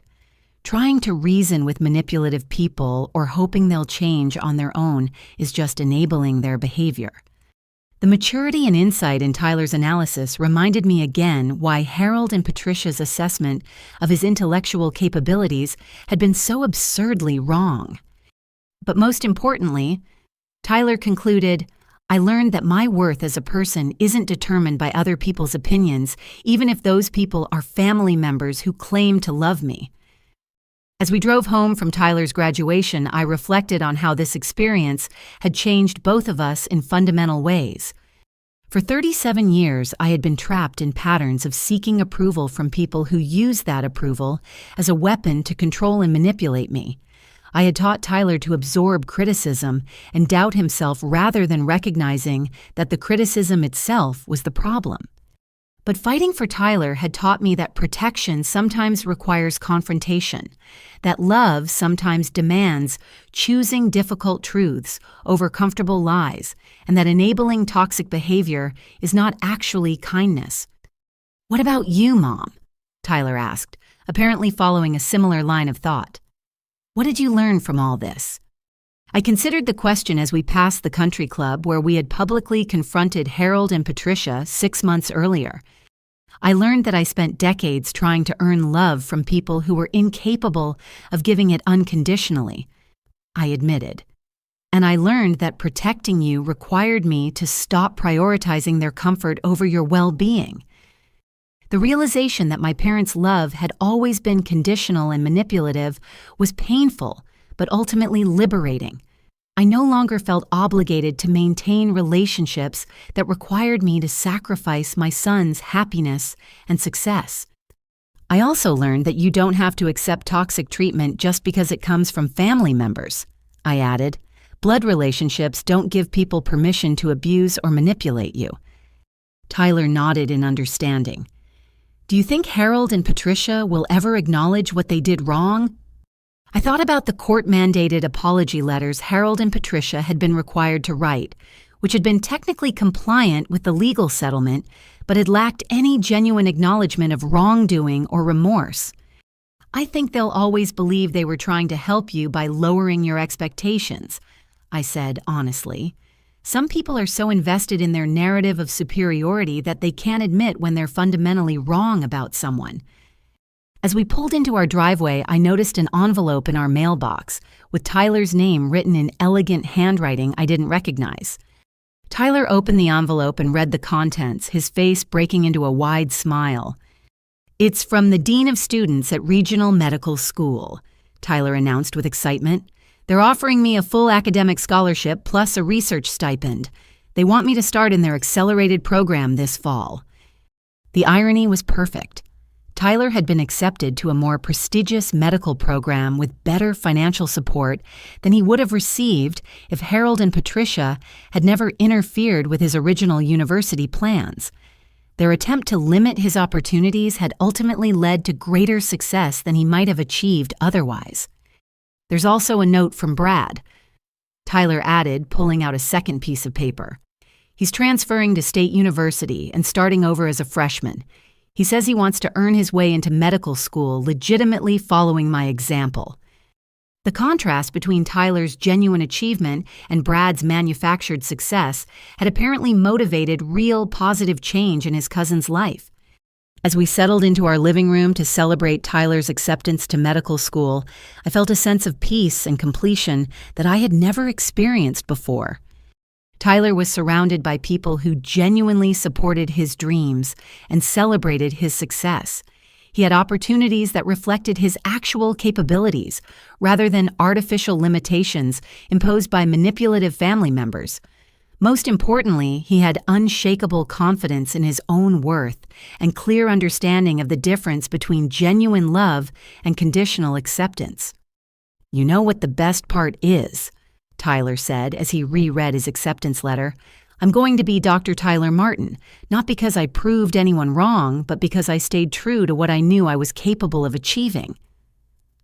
The distinction was important.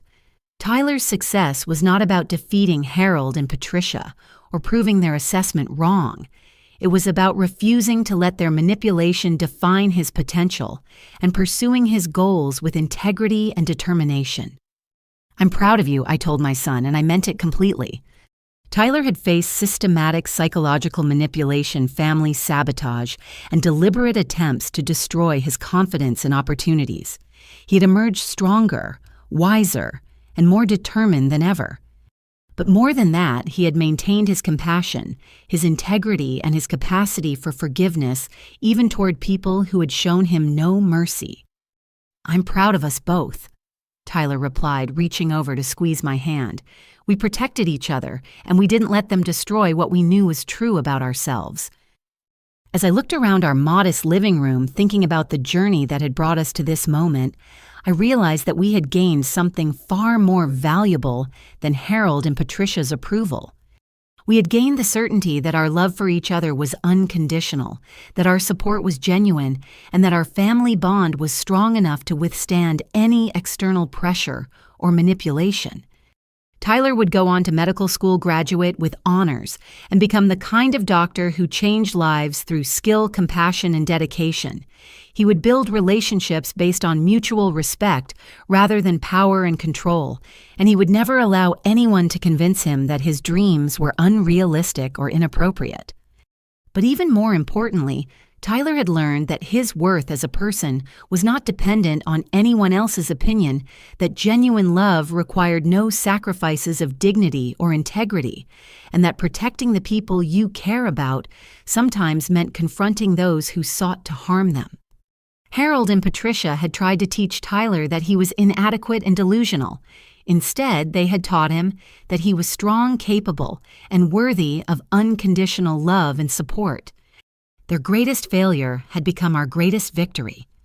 And as Tyler began planning for medical school and I began planning for the first Christmas in years, where we would be surrounded only by people who truly loved and supported us, I realized that sometimes the most valuable life lessons come from the people who teach us exactly what we don't want to become.